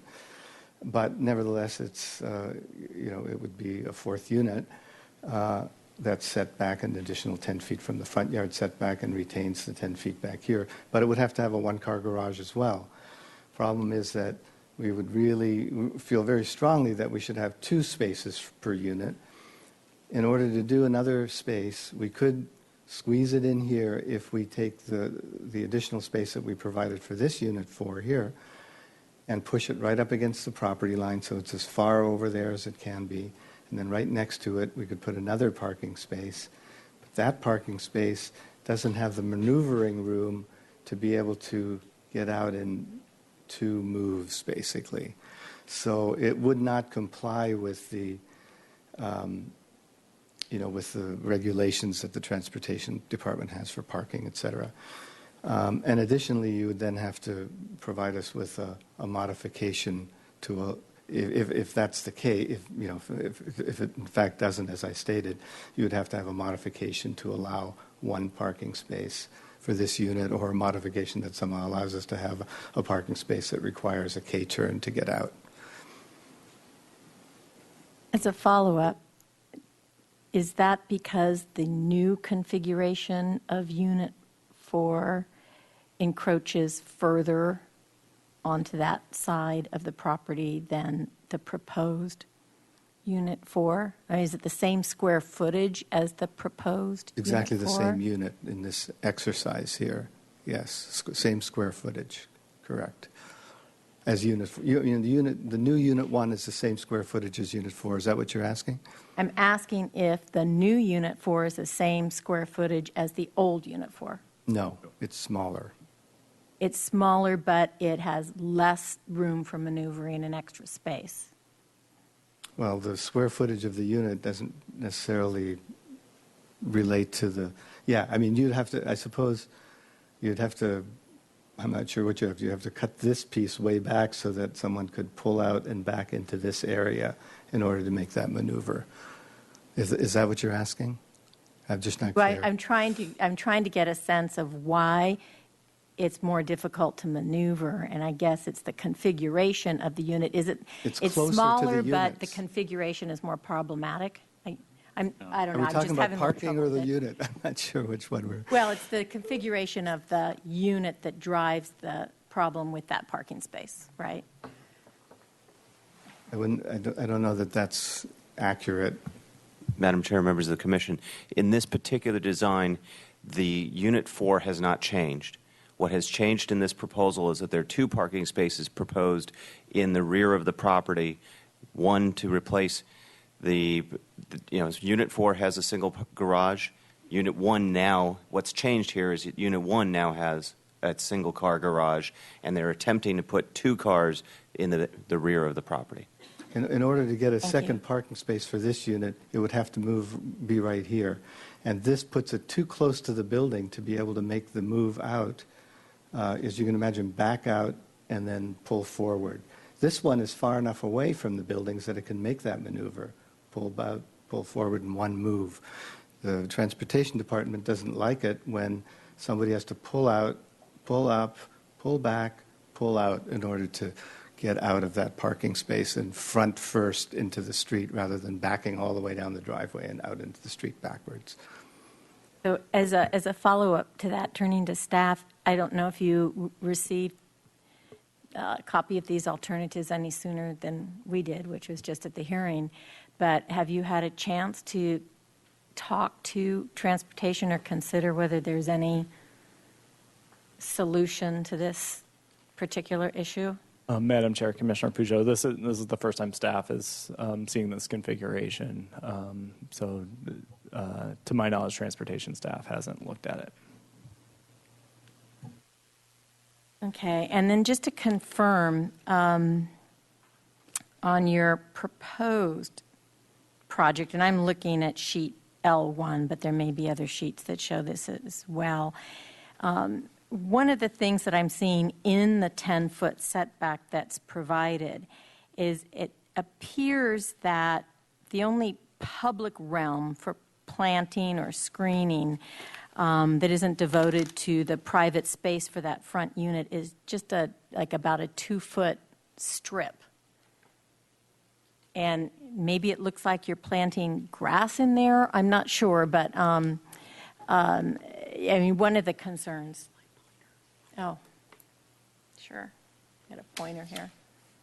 This there's a strip right in front of the patio and the walkway that I think is separated by a short wall, which would divide the private space for this unit, which is patio and walkway and some planting, with what I would call the public realm, which is the strip in front of that wall, which looks like about no more than 2 feet, if even that. And it's a little hard to plant anything in 2 feet, so I'm assuming it's just some sort of green space or grass or something like that, which to mix it with common is one of the concerns I have. Madam Chair, can I respond and just kind of clarify a little bit? So there is a kind of a ramp that we have to have here because the unit has to be accessible. So to get, up from the sidewalk into the front entrance with a wheelchair, we have a little ramp. Yes, there's and then we have a low wall here that's consistent with the city's requirements of 42 inches. It's a low wall, and we see that in a lot of areas to distinguish between the private and the public realm. And then over here, there's an area that's landscaped. And then this area right here, we have room, as you can see from landscape plan, that there's room for a pretty substantial tree in the area that, of the 6-foot setback from the property line over here. And then, of course, we have landscaping here. And then, the landscaping in front of that wall would be, could be climbing roses or other types of low-growing landscape plants that we see in a lot of areas where you have a low wall that separates the public from the private realm. I think, and then of course we've got the street tree here and landscaping in the parkway between the sidewalks. I kind of feel that there's adequate landscaping here, and maybe it can be enhanced even more. It'll also be maintained by the HOA, so it wouldn't be a homeowner. It wouldn't be a city obligation. Yeah, it wouldn't be a city but it would also not be the homeowner. It would be maintained by the HOA, to a standard, as opposed to letting it go. If you were the homeowner and decided I'm tired of it, I'm not going to water it or plant it anymore, that's not an option. It would be maintained by the HOA so that it maintains its look and feel in perpetuity. Okay, thank you. Those are all my questions. Other questions before I go to a couple that I have? Okay. Mr. Vincent, could you just clarify for me if this is an exact like-for-like project? In other words, whatever wasn't acceptable over at East Beach Collection, yes, is being constructed here? Or is the agreement kind of different than that? It's not like for like. Some other. Madam Chair, the agreement's a little different than that. It doesn't require like for like. What it does say is that that City Ventures will pursue a development approval on the Alomar site for no more than 4 moderate-level affordable units of comparable size and quality, but in no event smaller than 972 square feet and at least 2 bedrooms. At least 2 bedrooms, okay. What about, because this is price restricted and it says here for affordable to moderate, but then I thought there was an answer to Mr.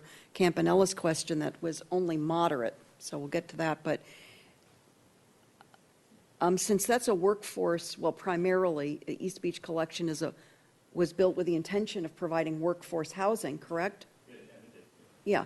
So is this also intended to provide workforce housing? That's part A of my question. And B then would be, how do the prices line up in fulfilling that, including monthly HOA expenses to these affordable to moderate income owners, condominium owners?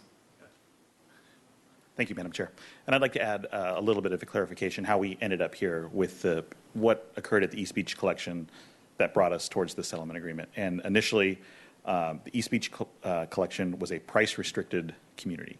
So they were set, per the conditions of approval, set purchase prices, but there was no income restriction. So anybody could go buy the unit.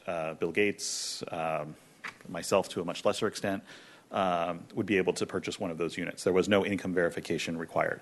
So it's just essentially you were agreeing to a set purchase price and a 2.5% appreciation each year of that purchase price.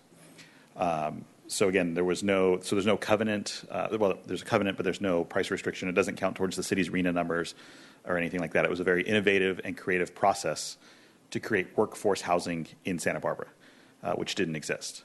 So Price-based only, you're saying? Price-based only, no income restriction or anything like that. Okay. We did sell it. I apologize. And then there was an additional restriction that you had to work in the south coast of Santa Barbara County also. So you had to provide verification that your employer was within the south coast of Santa Barbara County. So essentially from Goleta, Santa Barbara, Carpinteria. As we went through that process, we assumed mistakenly that we would have qualified for FHA financing, which everybody in the world did, but it ends up that FHA went back and looked at its covenants and realized that income-restricted housing, or price-restricted housing is not allowed. And so we had buyers lined up, including a Santa Barbara police officer, to move in, and we could not offer them FHA financing. So we put them up in hotels and kind of worked through. We eliminated the balance of our market rate units, but we were 4 short to do that. So the units that we were going to sell at a market rate price, we lost 4 of them immediately because we realized to meet the covenant, we had to do that. That's how we ended up where we ended up. So, good intentions, however the saying goes there. So we worked with the city, and we said, okay, we have to do better. So we said, let's do price income restrictions.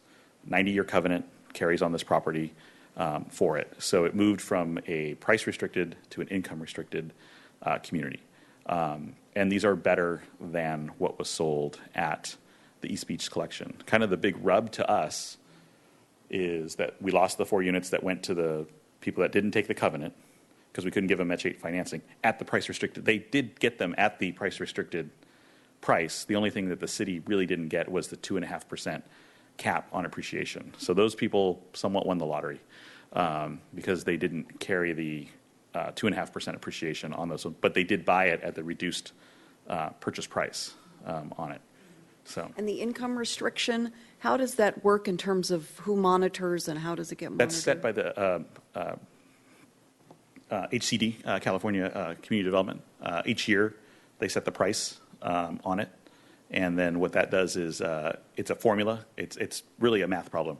It's based on the area median income. You factor in utilities, which we use the Area Housing Authority, sets a utility allowance.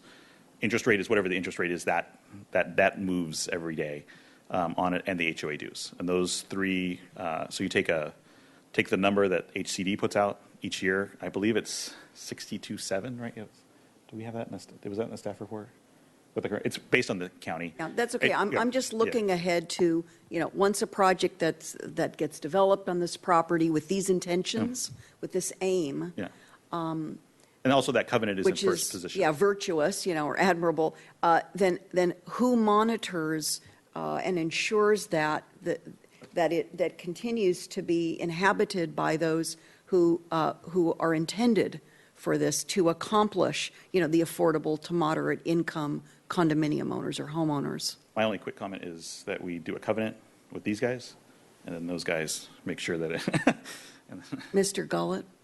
Madam Chair, city housing staff does monitor each transaction and provides lists of qualifying households that a seller can choose from with the subsequent sale of the property. Okay.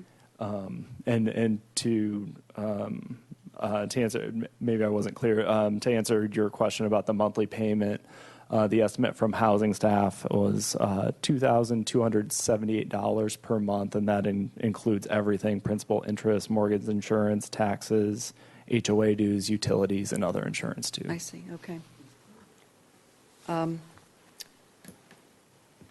Just one question back to really a follow-on to Ms. Peugeot's questions about, I think it's landscaping, et cetera, right near the public right-of-way.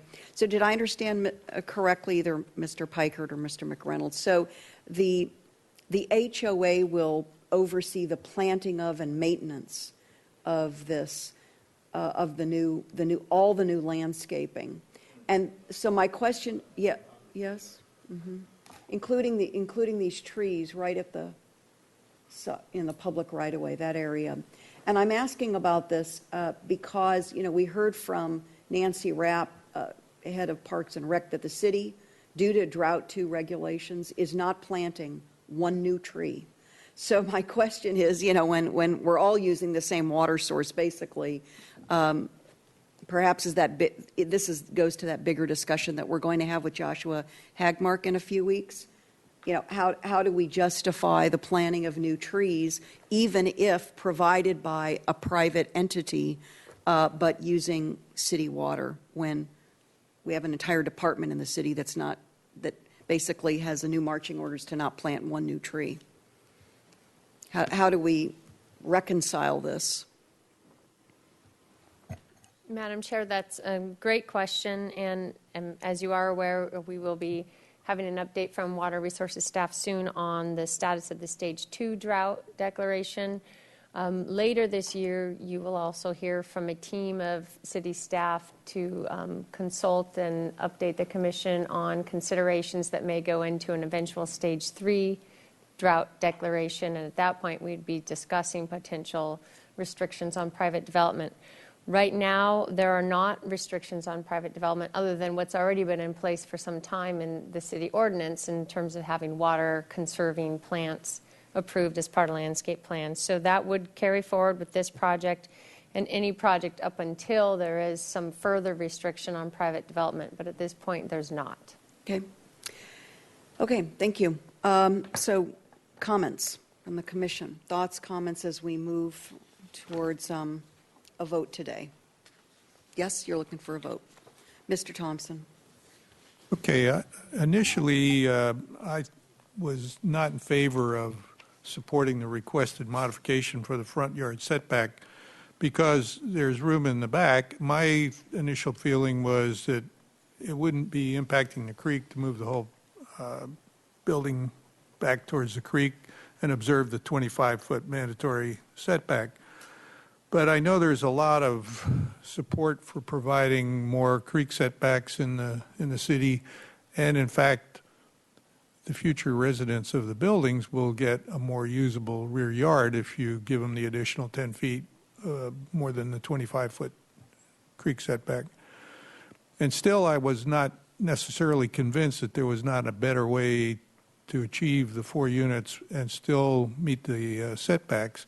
But after seeing the efforts that you went through, which I appreciate that you brought back to us, I'll accept what you've said about how you've tried to resolve it, and the fact that the neighborhood has similar setbacks, and so you're not going to be making a major impact on the neighborhood by moving this building forward 10 feet where it lines up with the buildings on either side, and no similar 20-foot setback requirement on the other side of the street. So I'm willing to support the request that you've put forward here with the modification for the front yard setback and the rest of the project. Thank you. Before we go to Mr. Bartlett, I'd be remiss if I didn't ask Ms. Brooke if we have any members of the public who wish to speak, although I don't see any speaker slips on her desk. That's correct, Madam Chair. I don't have any requests. Okay, thank you. I just didn't want to overlook that. Mr. Bartlett, please. Thank you, Madam Chair. Well, this is a bit of a repeat for me. I mean, we were here 2 months ago looking at exactly the same project, and I land exactly where I was 2 months ago, not in support of the necessity for a front yard modification. I think that the voluntary oversizing of the units, much beyond the units that they were intended to replace, anywhere from 300 to 600 units or square feet larger than the stipulation, is what is driving the excess size of the building and the request for the modification. So I think it's, a self-inflicted wound that I can't, based on that, find that it's necessary. So I'm still wanting to stick with the front yard setback without a modification. Okay. Ms. Peugeot. I couldn't say it better than my fellow Commissioner Bartlett. So I am not in favor of granting the front yard modification. It appears to me that every inch that can possibly be squeezed out for square footage and private usable space has been used, and I find that the front streetscape is not compatible with the greater neighborhood. And in looking in the modification findings, I don't see items in those findings that I could actually support. We have a list of the modification findings in our staff report, and I don't find them supportable. Could we put those up on the screen, Mr. Gullett, the modification findings again? That might be helpful.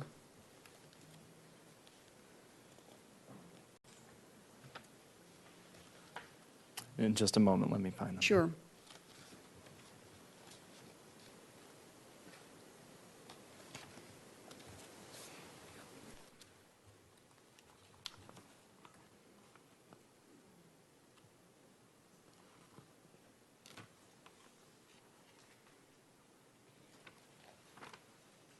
Or I don't know if Mr. Pikert has those. Either one. No, you don't have those today? Okay. We'll wait and see if Mr. Gullett can find those.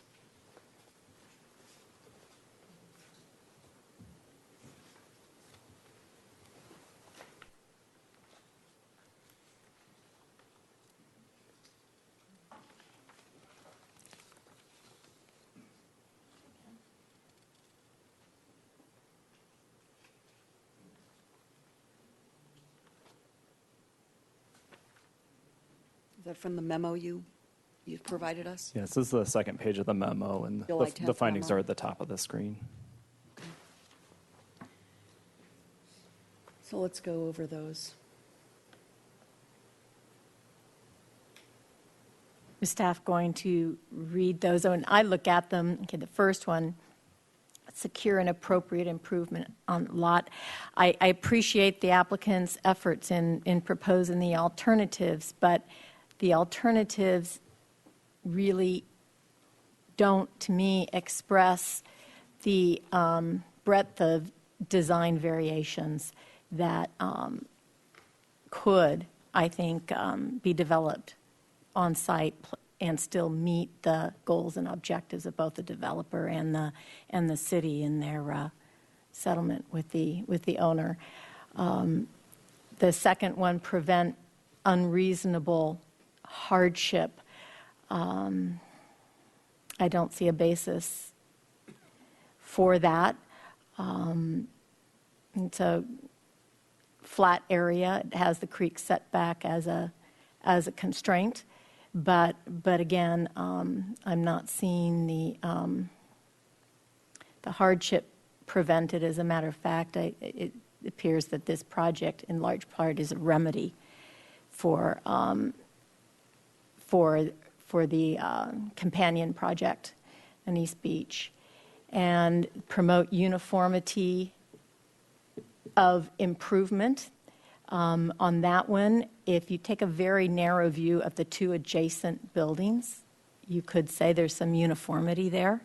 But when you look at even the smaller neighborhood character, it doesn't promote the uniformity of that character. And then the fourth one, the modification is necessary to construct a housing development containing affordable dwelling units. I find it difficult to say that this site is independent from the companion site where originally the affordable units were to go. And I believe that when you look at it in that perspective, then I can't make that finding either, not with this current design. Mr. Campanella, thoughts, please? Thank you, Madam Chair. I was not in favor of the modification when we reviewed it last time, and I think I may have been stuck a little bit on the AUD versus non-AUD, and do we make somebody do an AUD project in order to try to get that modification acceptable? Since that time, I think staff's reasoning for allowing it, as well as I believe the Upper State Street guidelines, if that's still effective, do allow us to make modifications for things like Creek Sickback and 100% affordable project, which this is, if we make the findings.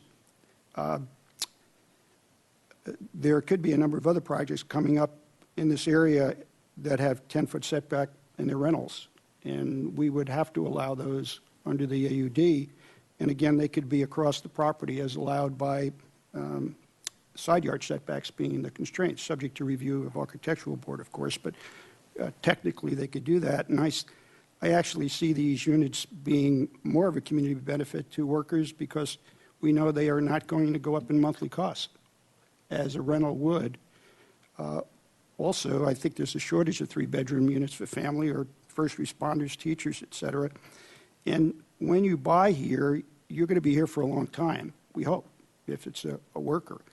And your family grows. And I think the last thing we would want is to force people into a 2-bedroom unit, where as time goes on, they're going to have to find either a replacement, which they're not going to be able to afford, or they're going to have to move.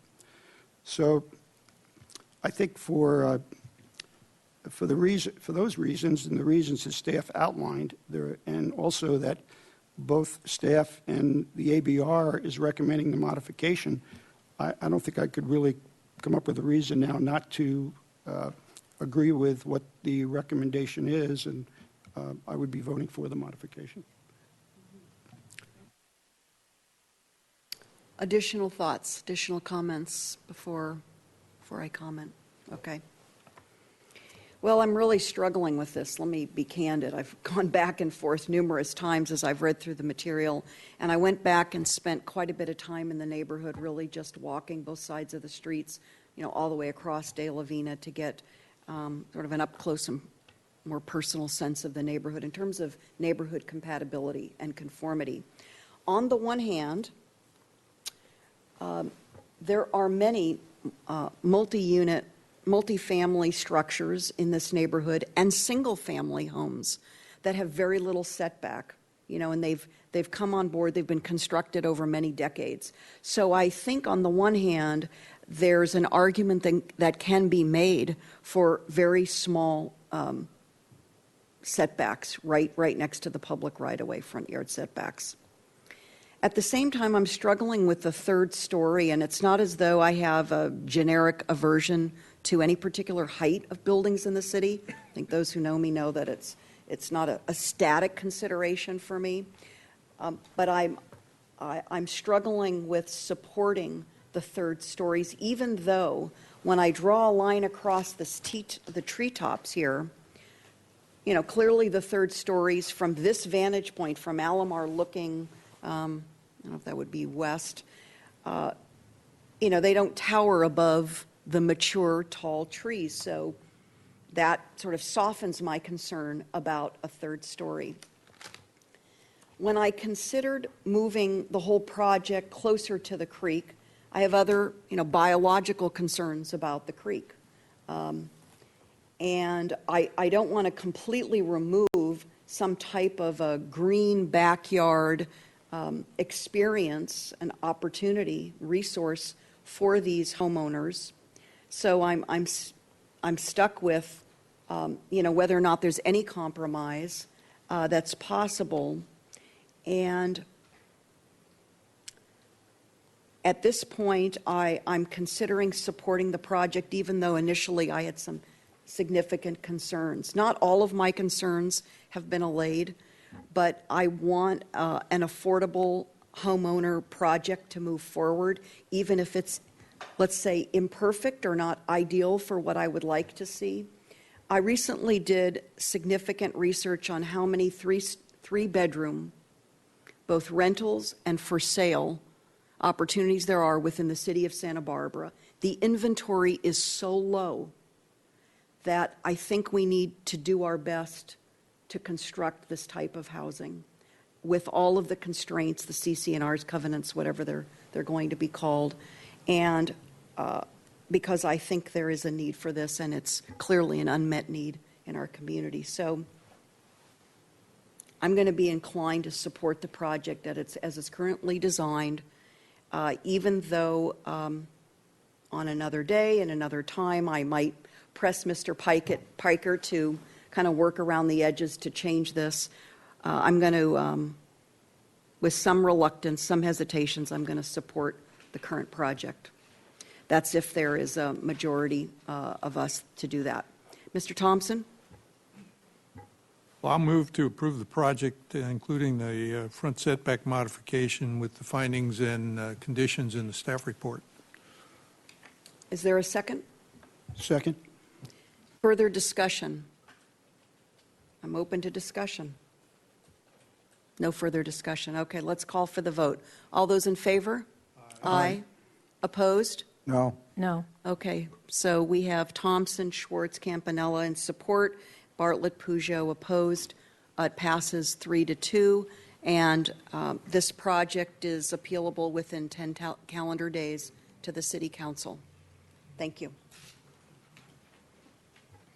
Madam Chair, thank you. Yes, Mr. Piker, Just would to- you like some closing remarks? I'm Yes, to the pleased commission. that the project is approved. I'm disappointed that it didn't have a unanimous approval, but I assure you that the developer and myself as an architect will do everything in our power to make this a standout, fabulous project, and I think the residents who ultimately will be able to live there will be deeply appreciative of the three who voted in favor of it. Thank you. I'm sure we'll all be monitoring this closely, as the commissioners typically do. Thank you so much. Okay, with that, let's go to our final items of the day. Let's just kind of collect our papers here. Thanks for everyone's patience. We are going to move to our administrative agenda, committee and liaison reports. Do we have a staff hearing officer liaison report today? I know Mr. Jordan is absent, but perhaps somebody sat in for him, no? Other committee and liaison reports. Mr. Thompson. Thank you. Two committee reports. One, the HLC met yesterday and had a very interesting agenda in that there were 4 different structures of merit recommendations to the City Council, which is quite a lot for one meeting. And in addition, which is even more surprising, is 4 recommendations for Mills Act renovation approvals. And for those who don't know, the Mills Act is an economic incentive program by the state to incentivize rehab and maintenance of designated historic properties, and the owners enter into a 10-year plan with the city. It's a contract, and they get tax relief for that. And we can do, by our city process, 8 a year. We had 4 of them yesterday. There was another project that the HLC had regarding a bike corral on East Cannon Perdido that elicited a tremendous amount of public discussion. The bike corral will be in a parking area along the curb of the street, and it was finally approved. But it's interesting that it was an HLC discussion, not a Transportation Circulation Committee discussion. There's only one project that requires compliance with a PC resolution, and that's the old Sammy's Camera building on Chapala. And there was an awful lot of discussion about the wider sidewalk and our requirement to line the sidewalk up with the pedestrian master plan. They eventually recommended that the applicant change the parking there to parallel parking on that little drive aisle and only have 2 parking spaces. So that's how they compromise between wanting to keep the 3 parking spaces and our restriction on the sidewalk. So it was a very interesting HLC discussion yesterday. The other one was last night, Santa Barbara Airport Commission. They will be here next week with the kickoff for the master plan that's been in work for a couple of years. Be going into environmental review after our scoping hearing next week. Thank you. Oops. Thank you, Madam Chair.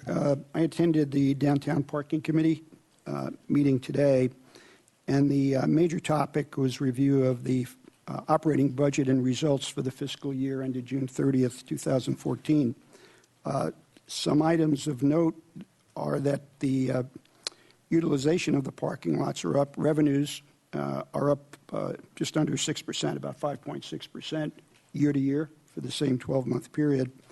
And total revenues with other sources that they have is up over 3%. This was more significantly over their budget, the adopted budget, but still a good amount over the actual for the prior fiscal year. A couple of points of interest is that currently credit card sales have caused part of the increase in revenue. The typical credit card transaction is about $1.50 more than people who pay cash. It's about $4.37 compared to $2.82, which is about $1.55 more, and each transaction costs 29 cents. So we're ahead because of that, and that's helping actually generated 33% of revenue this year came from credit cards for the hourly payment that somebody would make.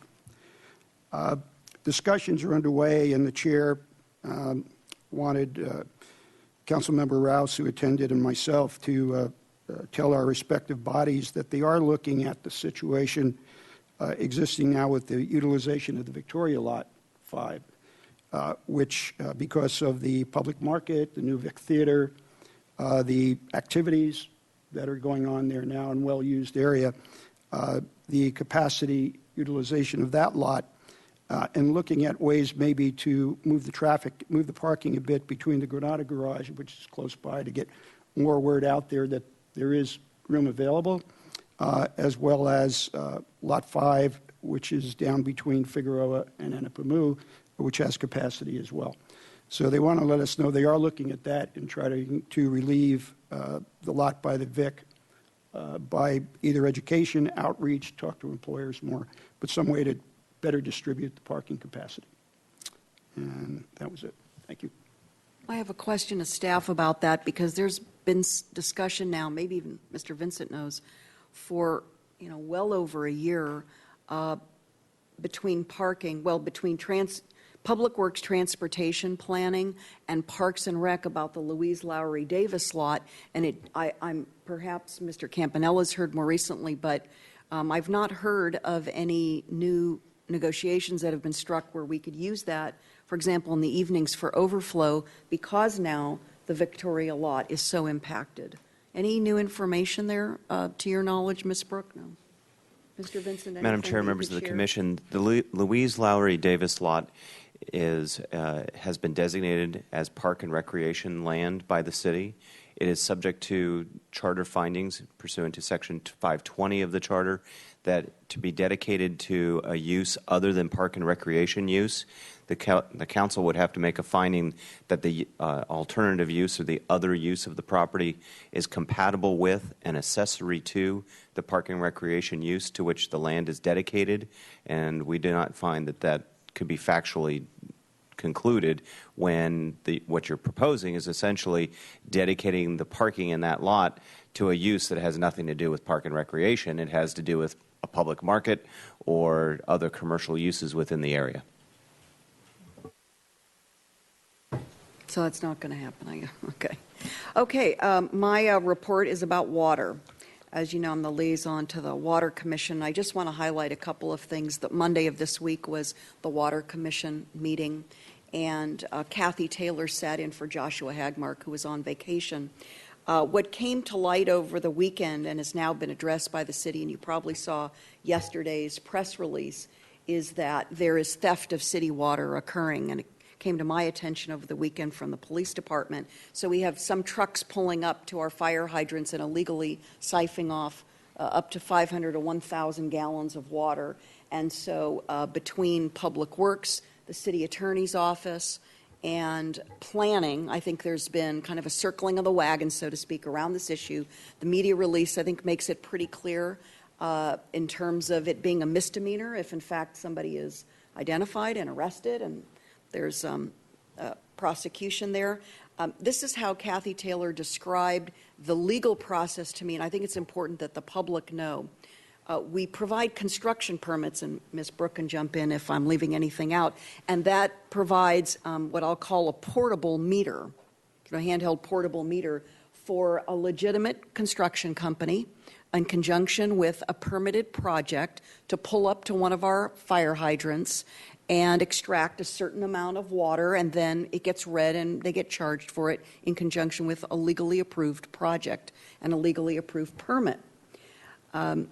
I think between the police department and Public Works, there hasn't been a clear, and communication with the public, it hasn't been made clear as to exactly what actions should be taken when somebody identifies an alleged thief of water. And so I know between Kathy Taylor and City Attorney's Office, they're working on this, but the police department does now know that they should be asking to see that portable meter if they believe theft is occurring or someone reports an alleged theft.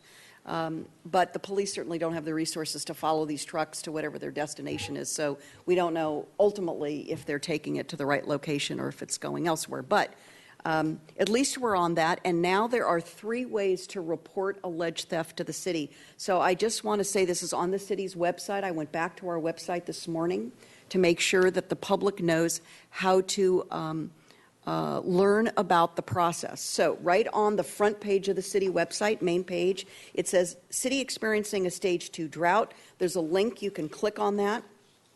That takes you to a whole list of regulations and actions associated with our stage 2 drought. One of the bullets is entitled Report Water Waste and Violations. And here, when you click on that link, there's a hotline to call, so you can phone it in. You can send an email, and also you can send a photo to a newly created website in order for the public to be as engaged as possible to identify this to the city.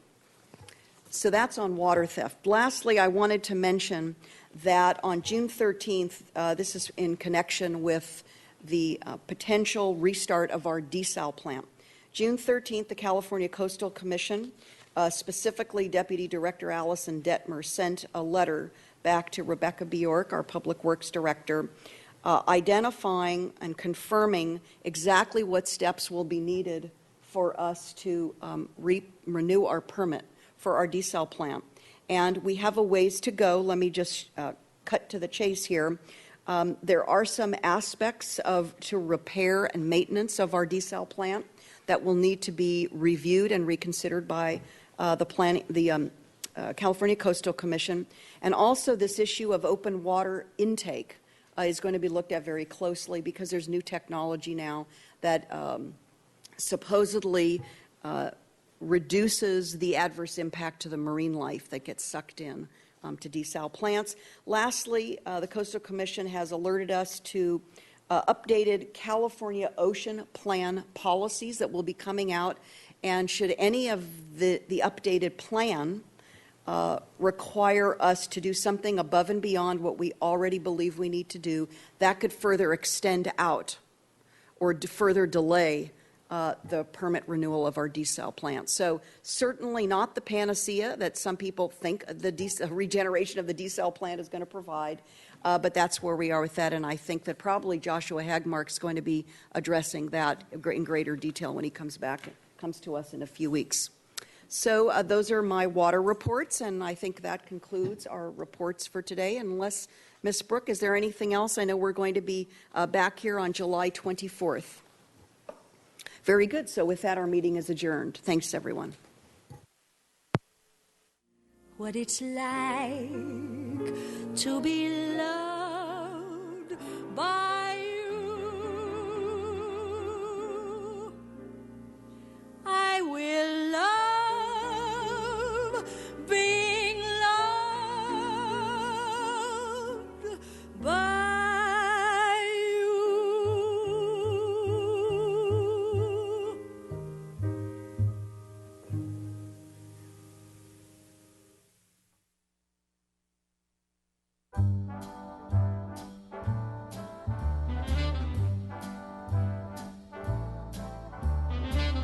Call me irresponsible, call me unreliable, throw in undependable too. Do my foolish alibis bore you? Well, I'm not too clever, I just adore you. Call me unpredictable, tell me I'm impractical, rainbows I'm inclined to pursue. Call me irresponsible, yes, I'm unreliable, but it's undeniably true that I'm irresponsibly mad for you. Go on and call me unpredictable, tell me that I'm impractical, rainbows I'm inclined to pursue.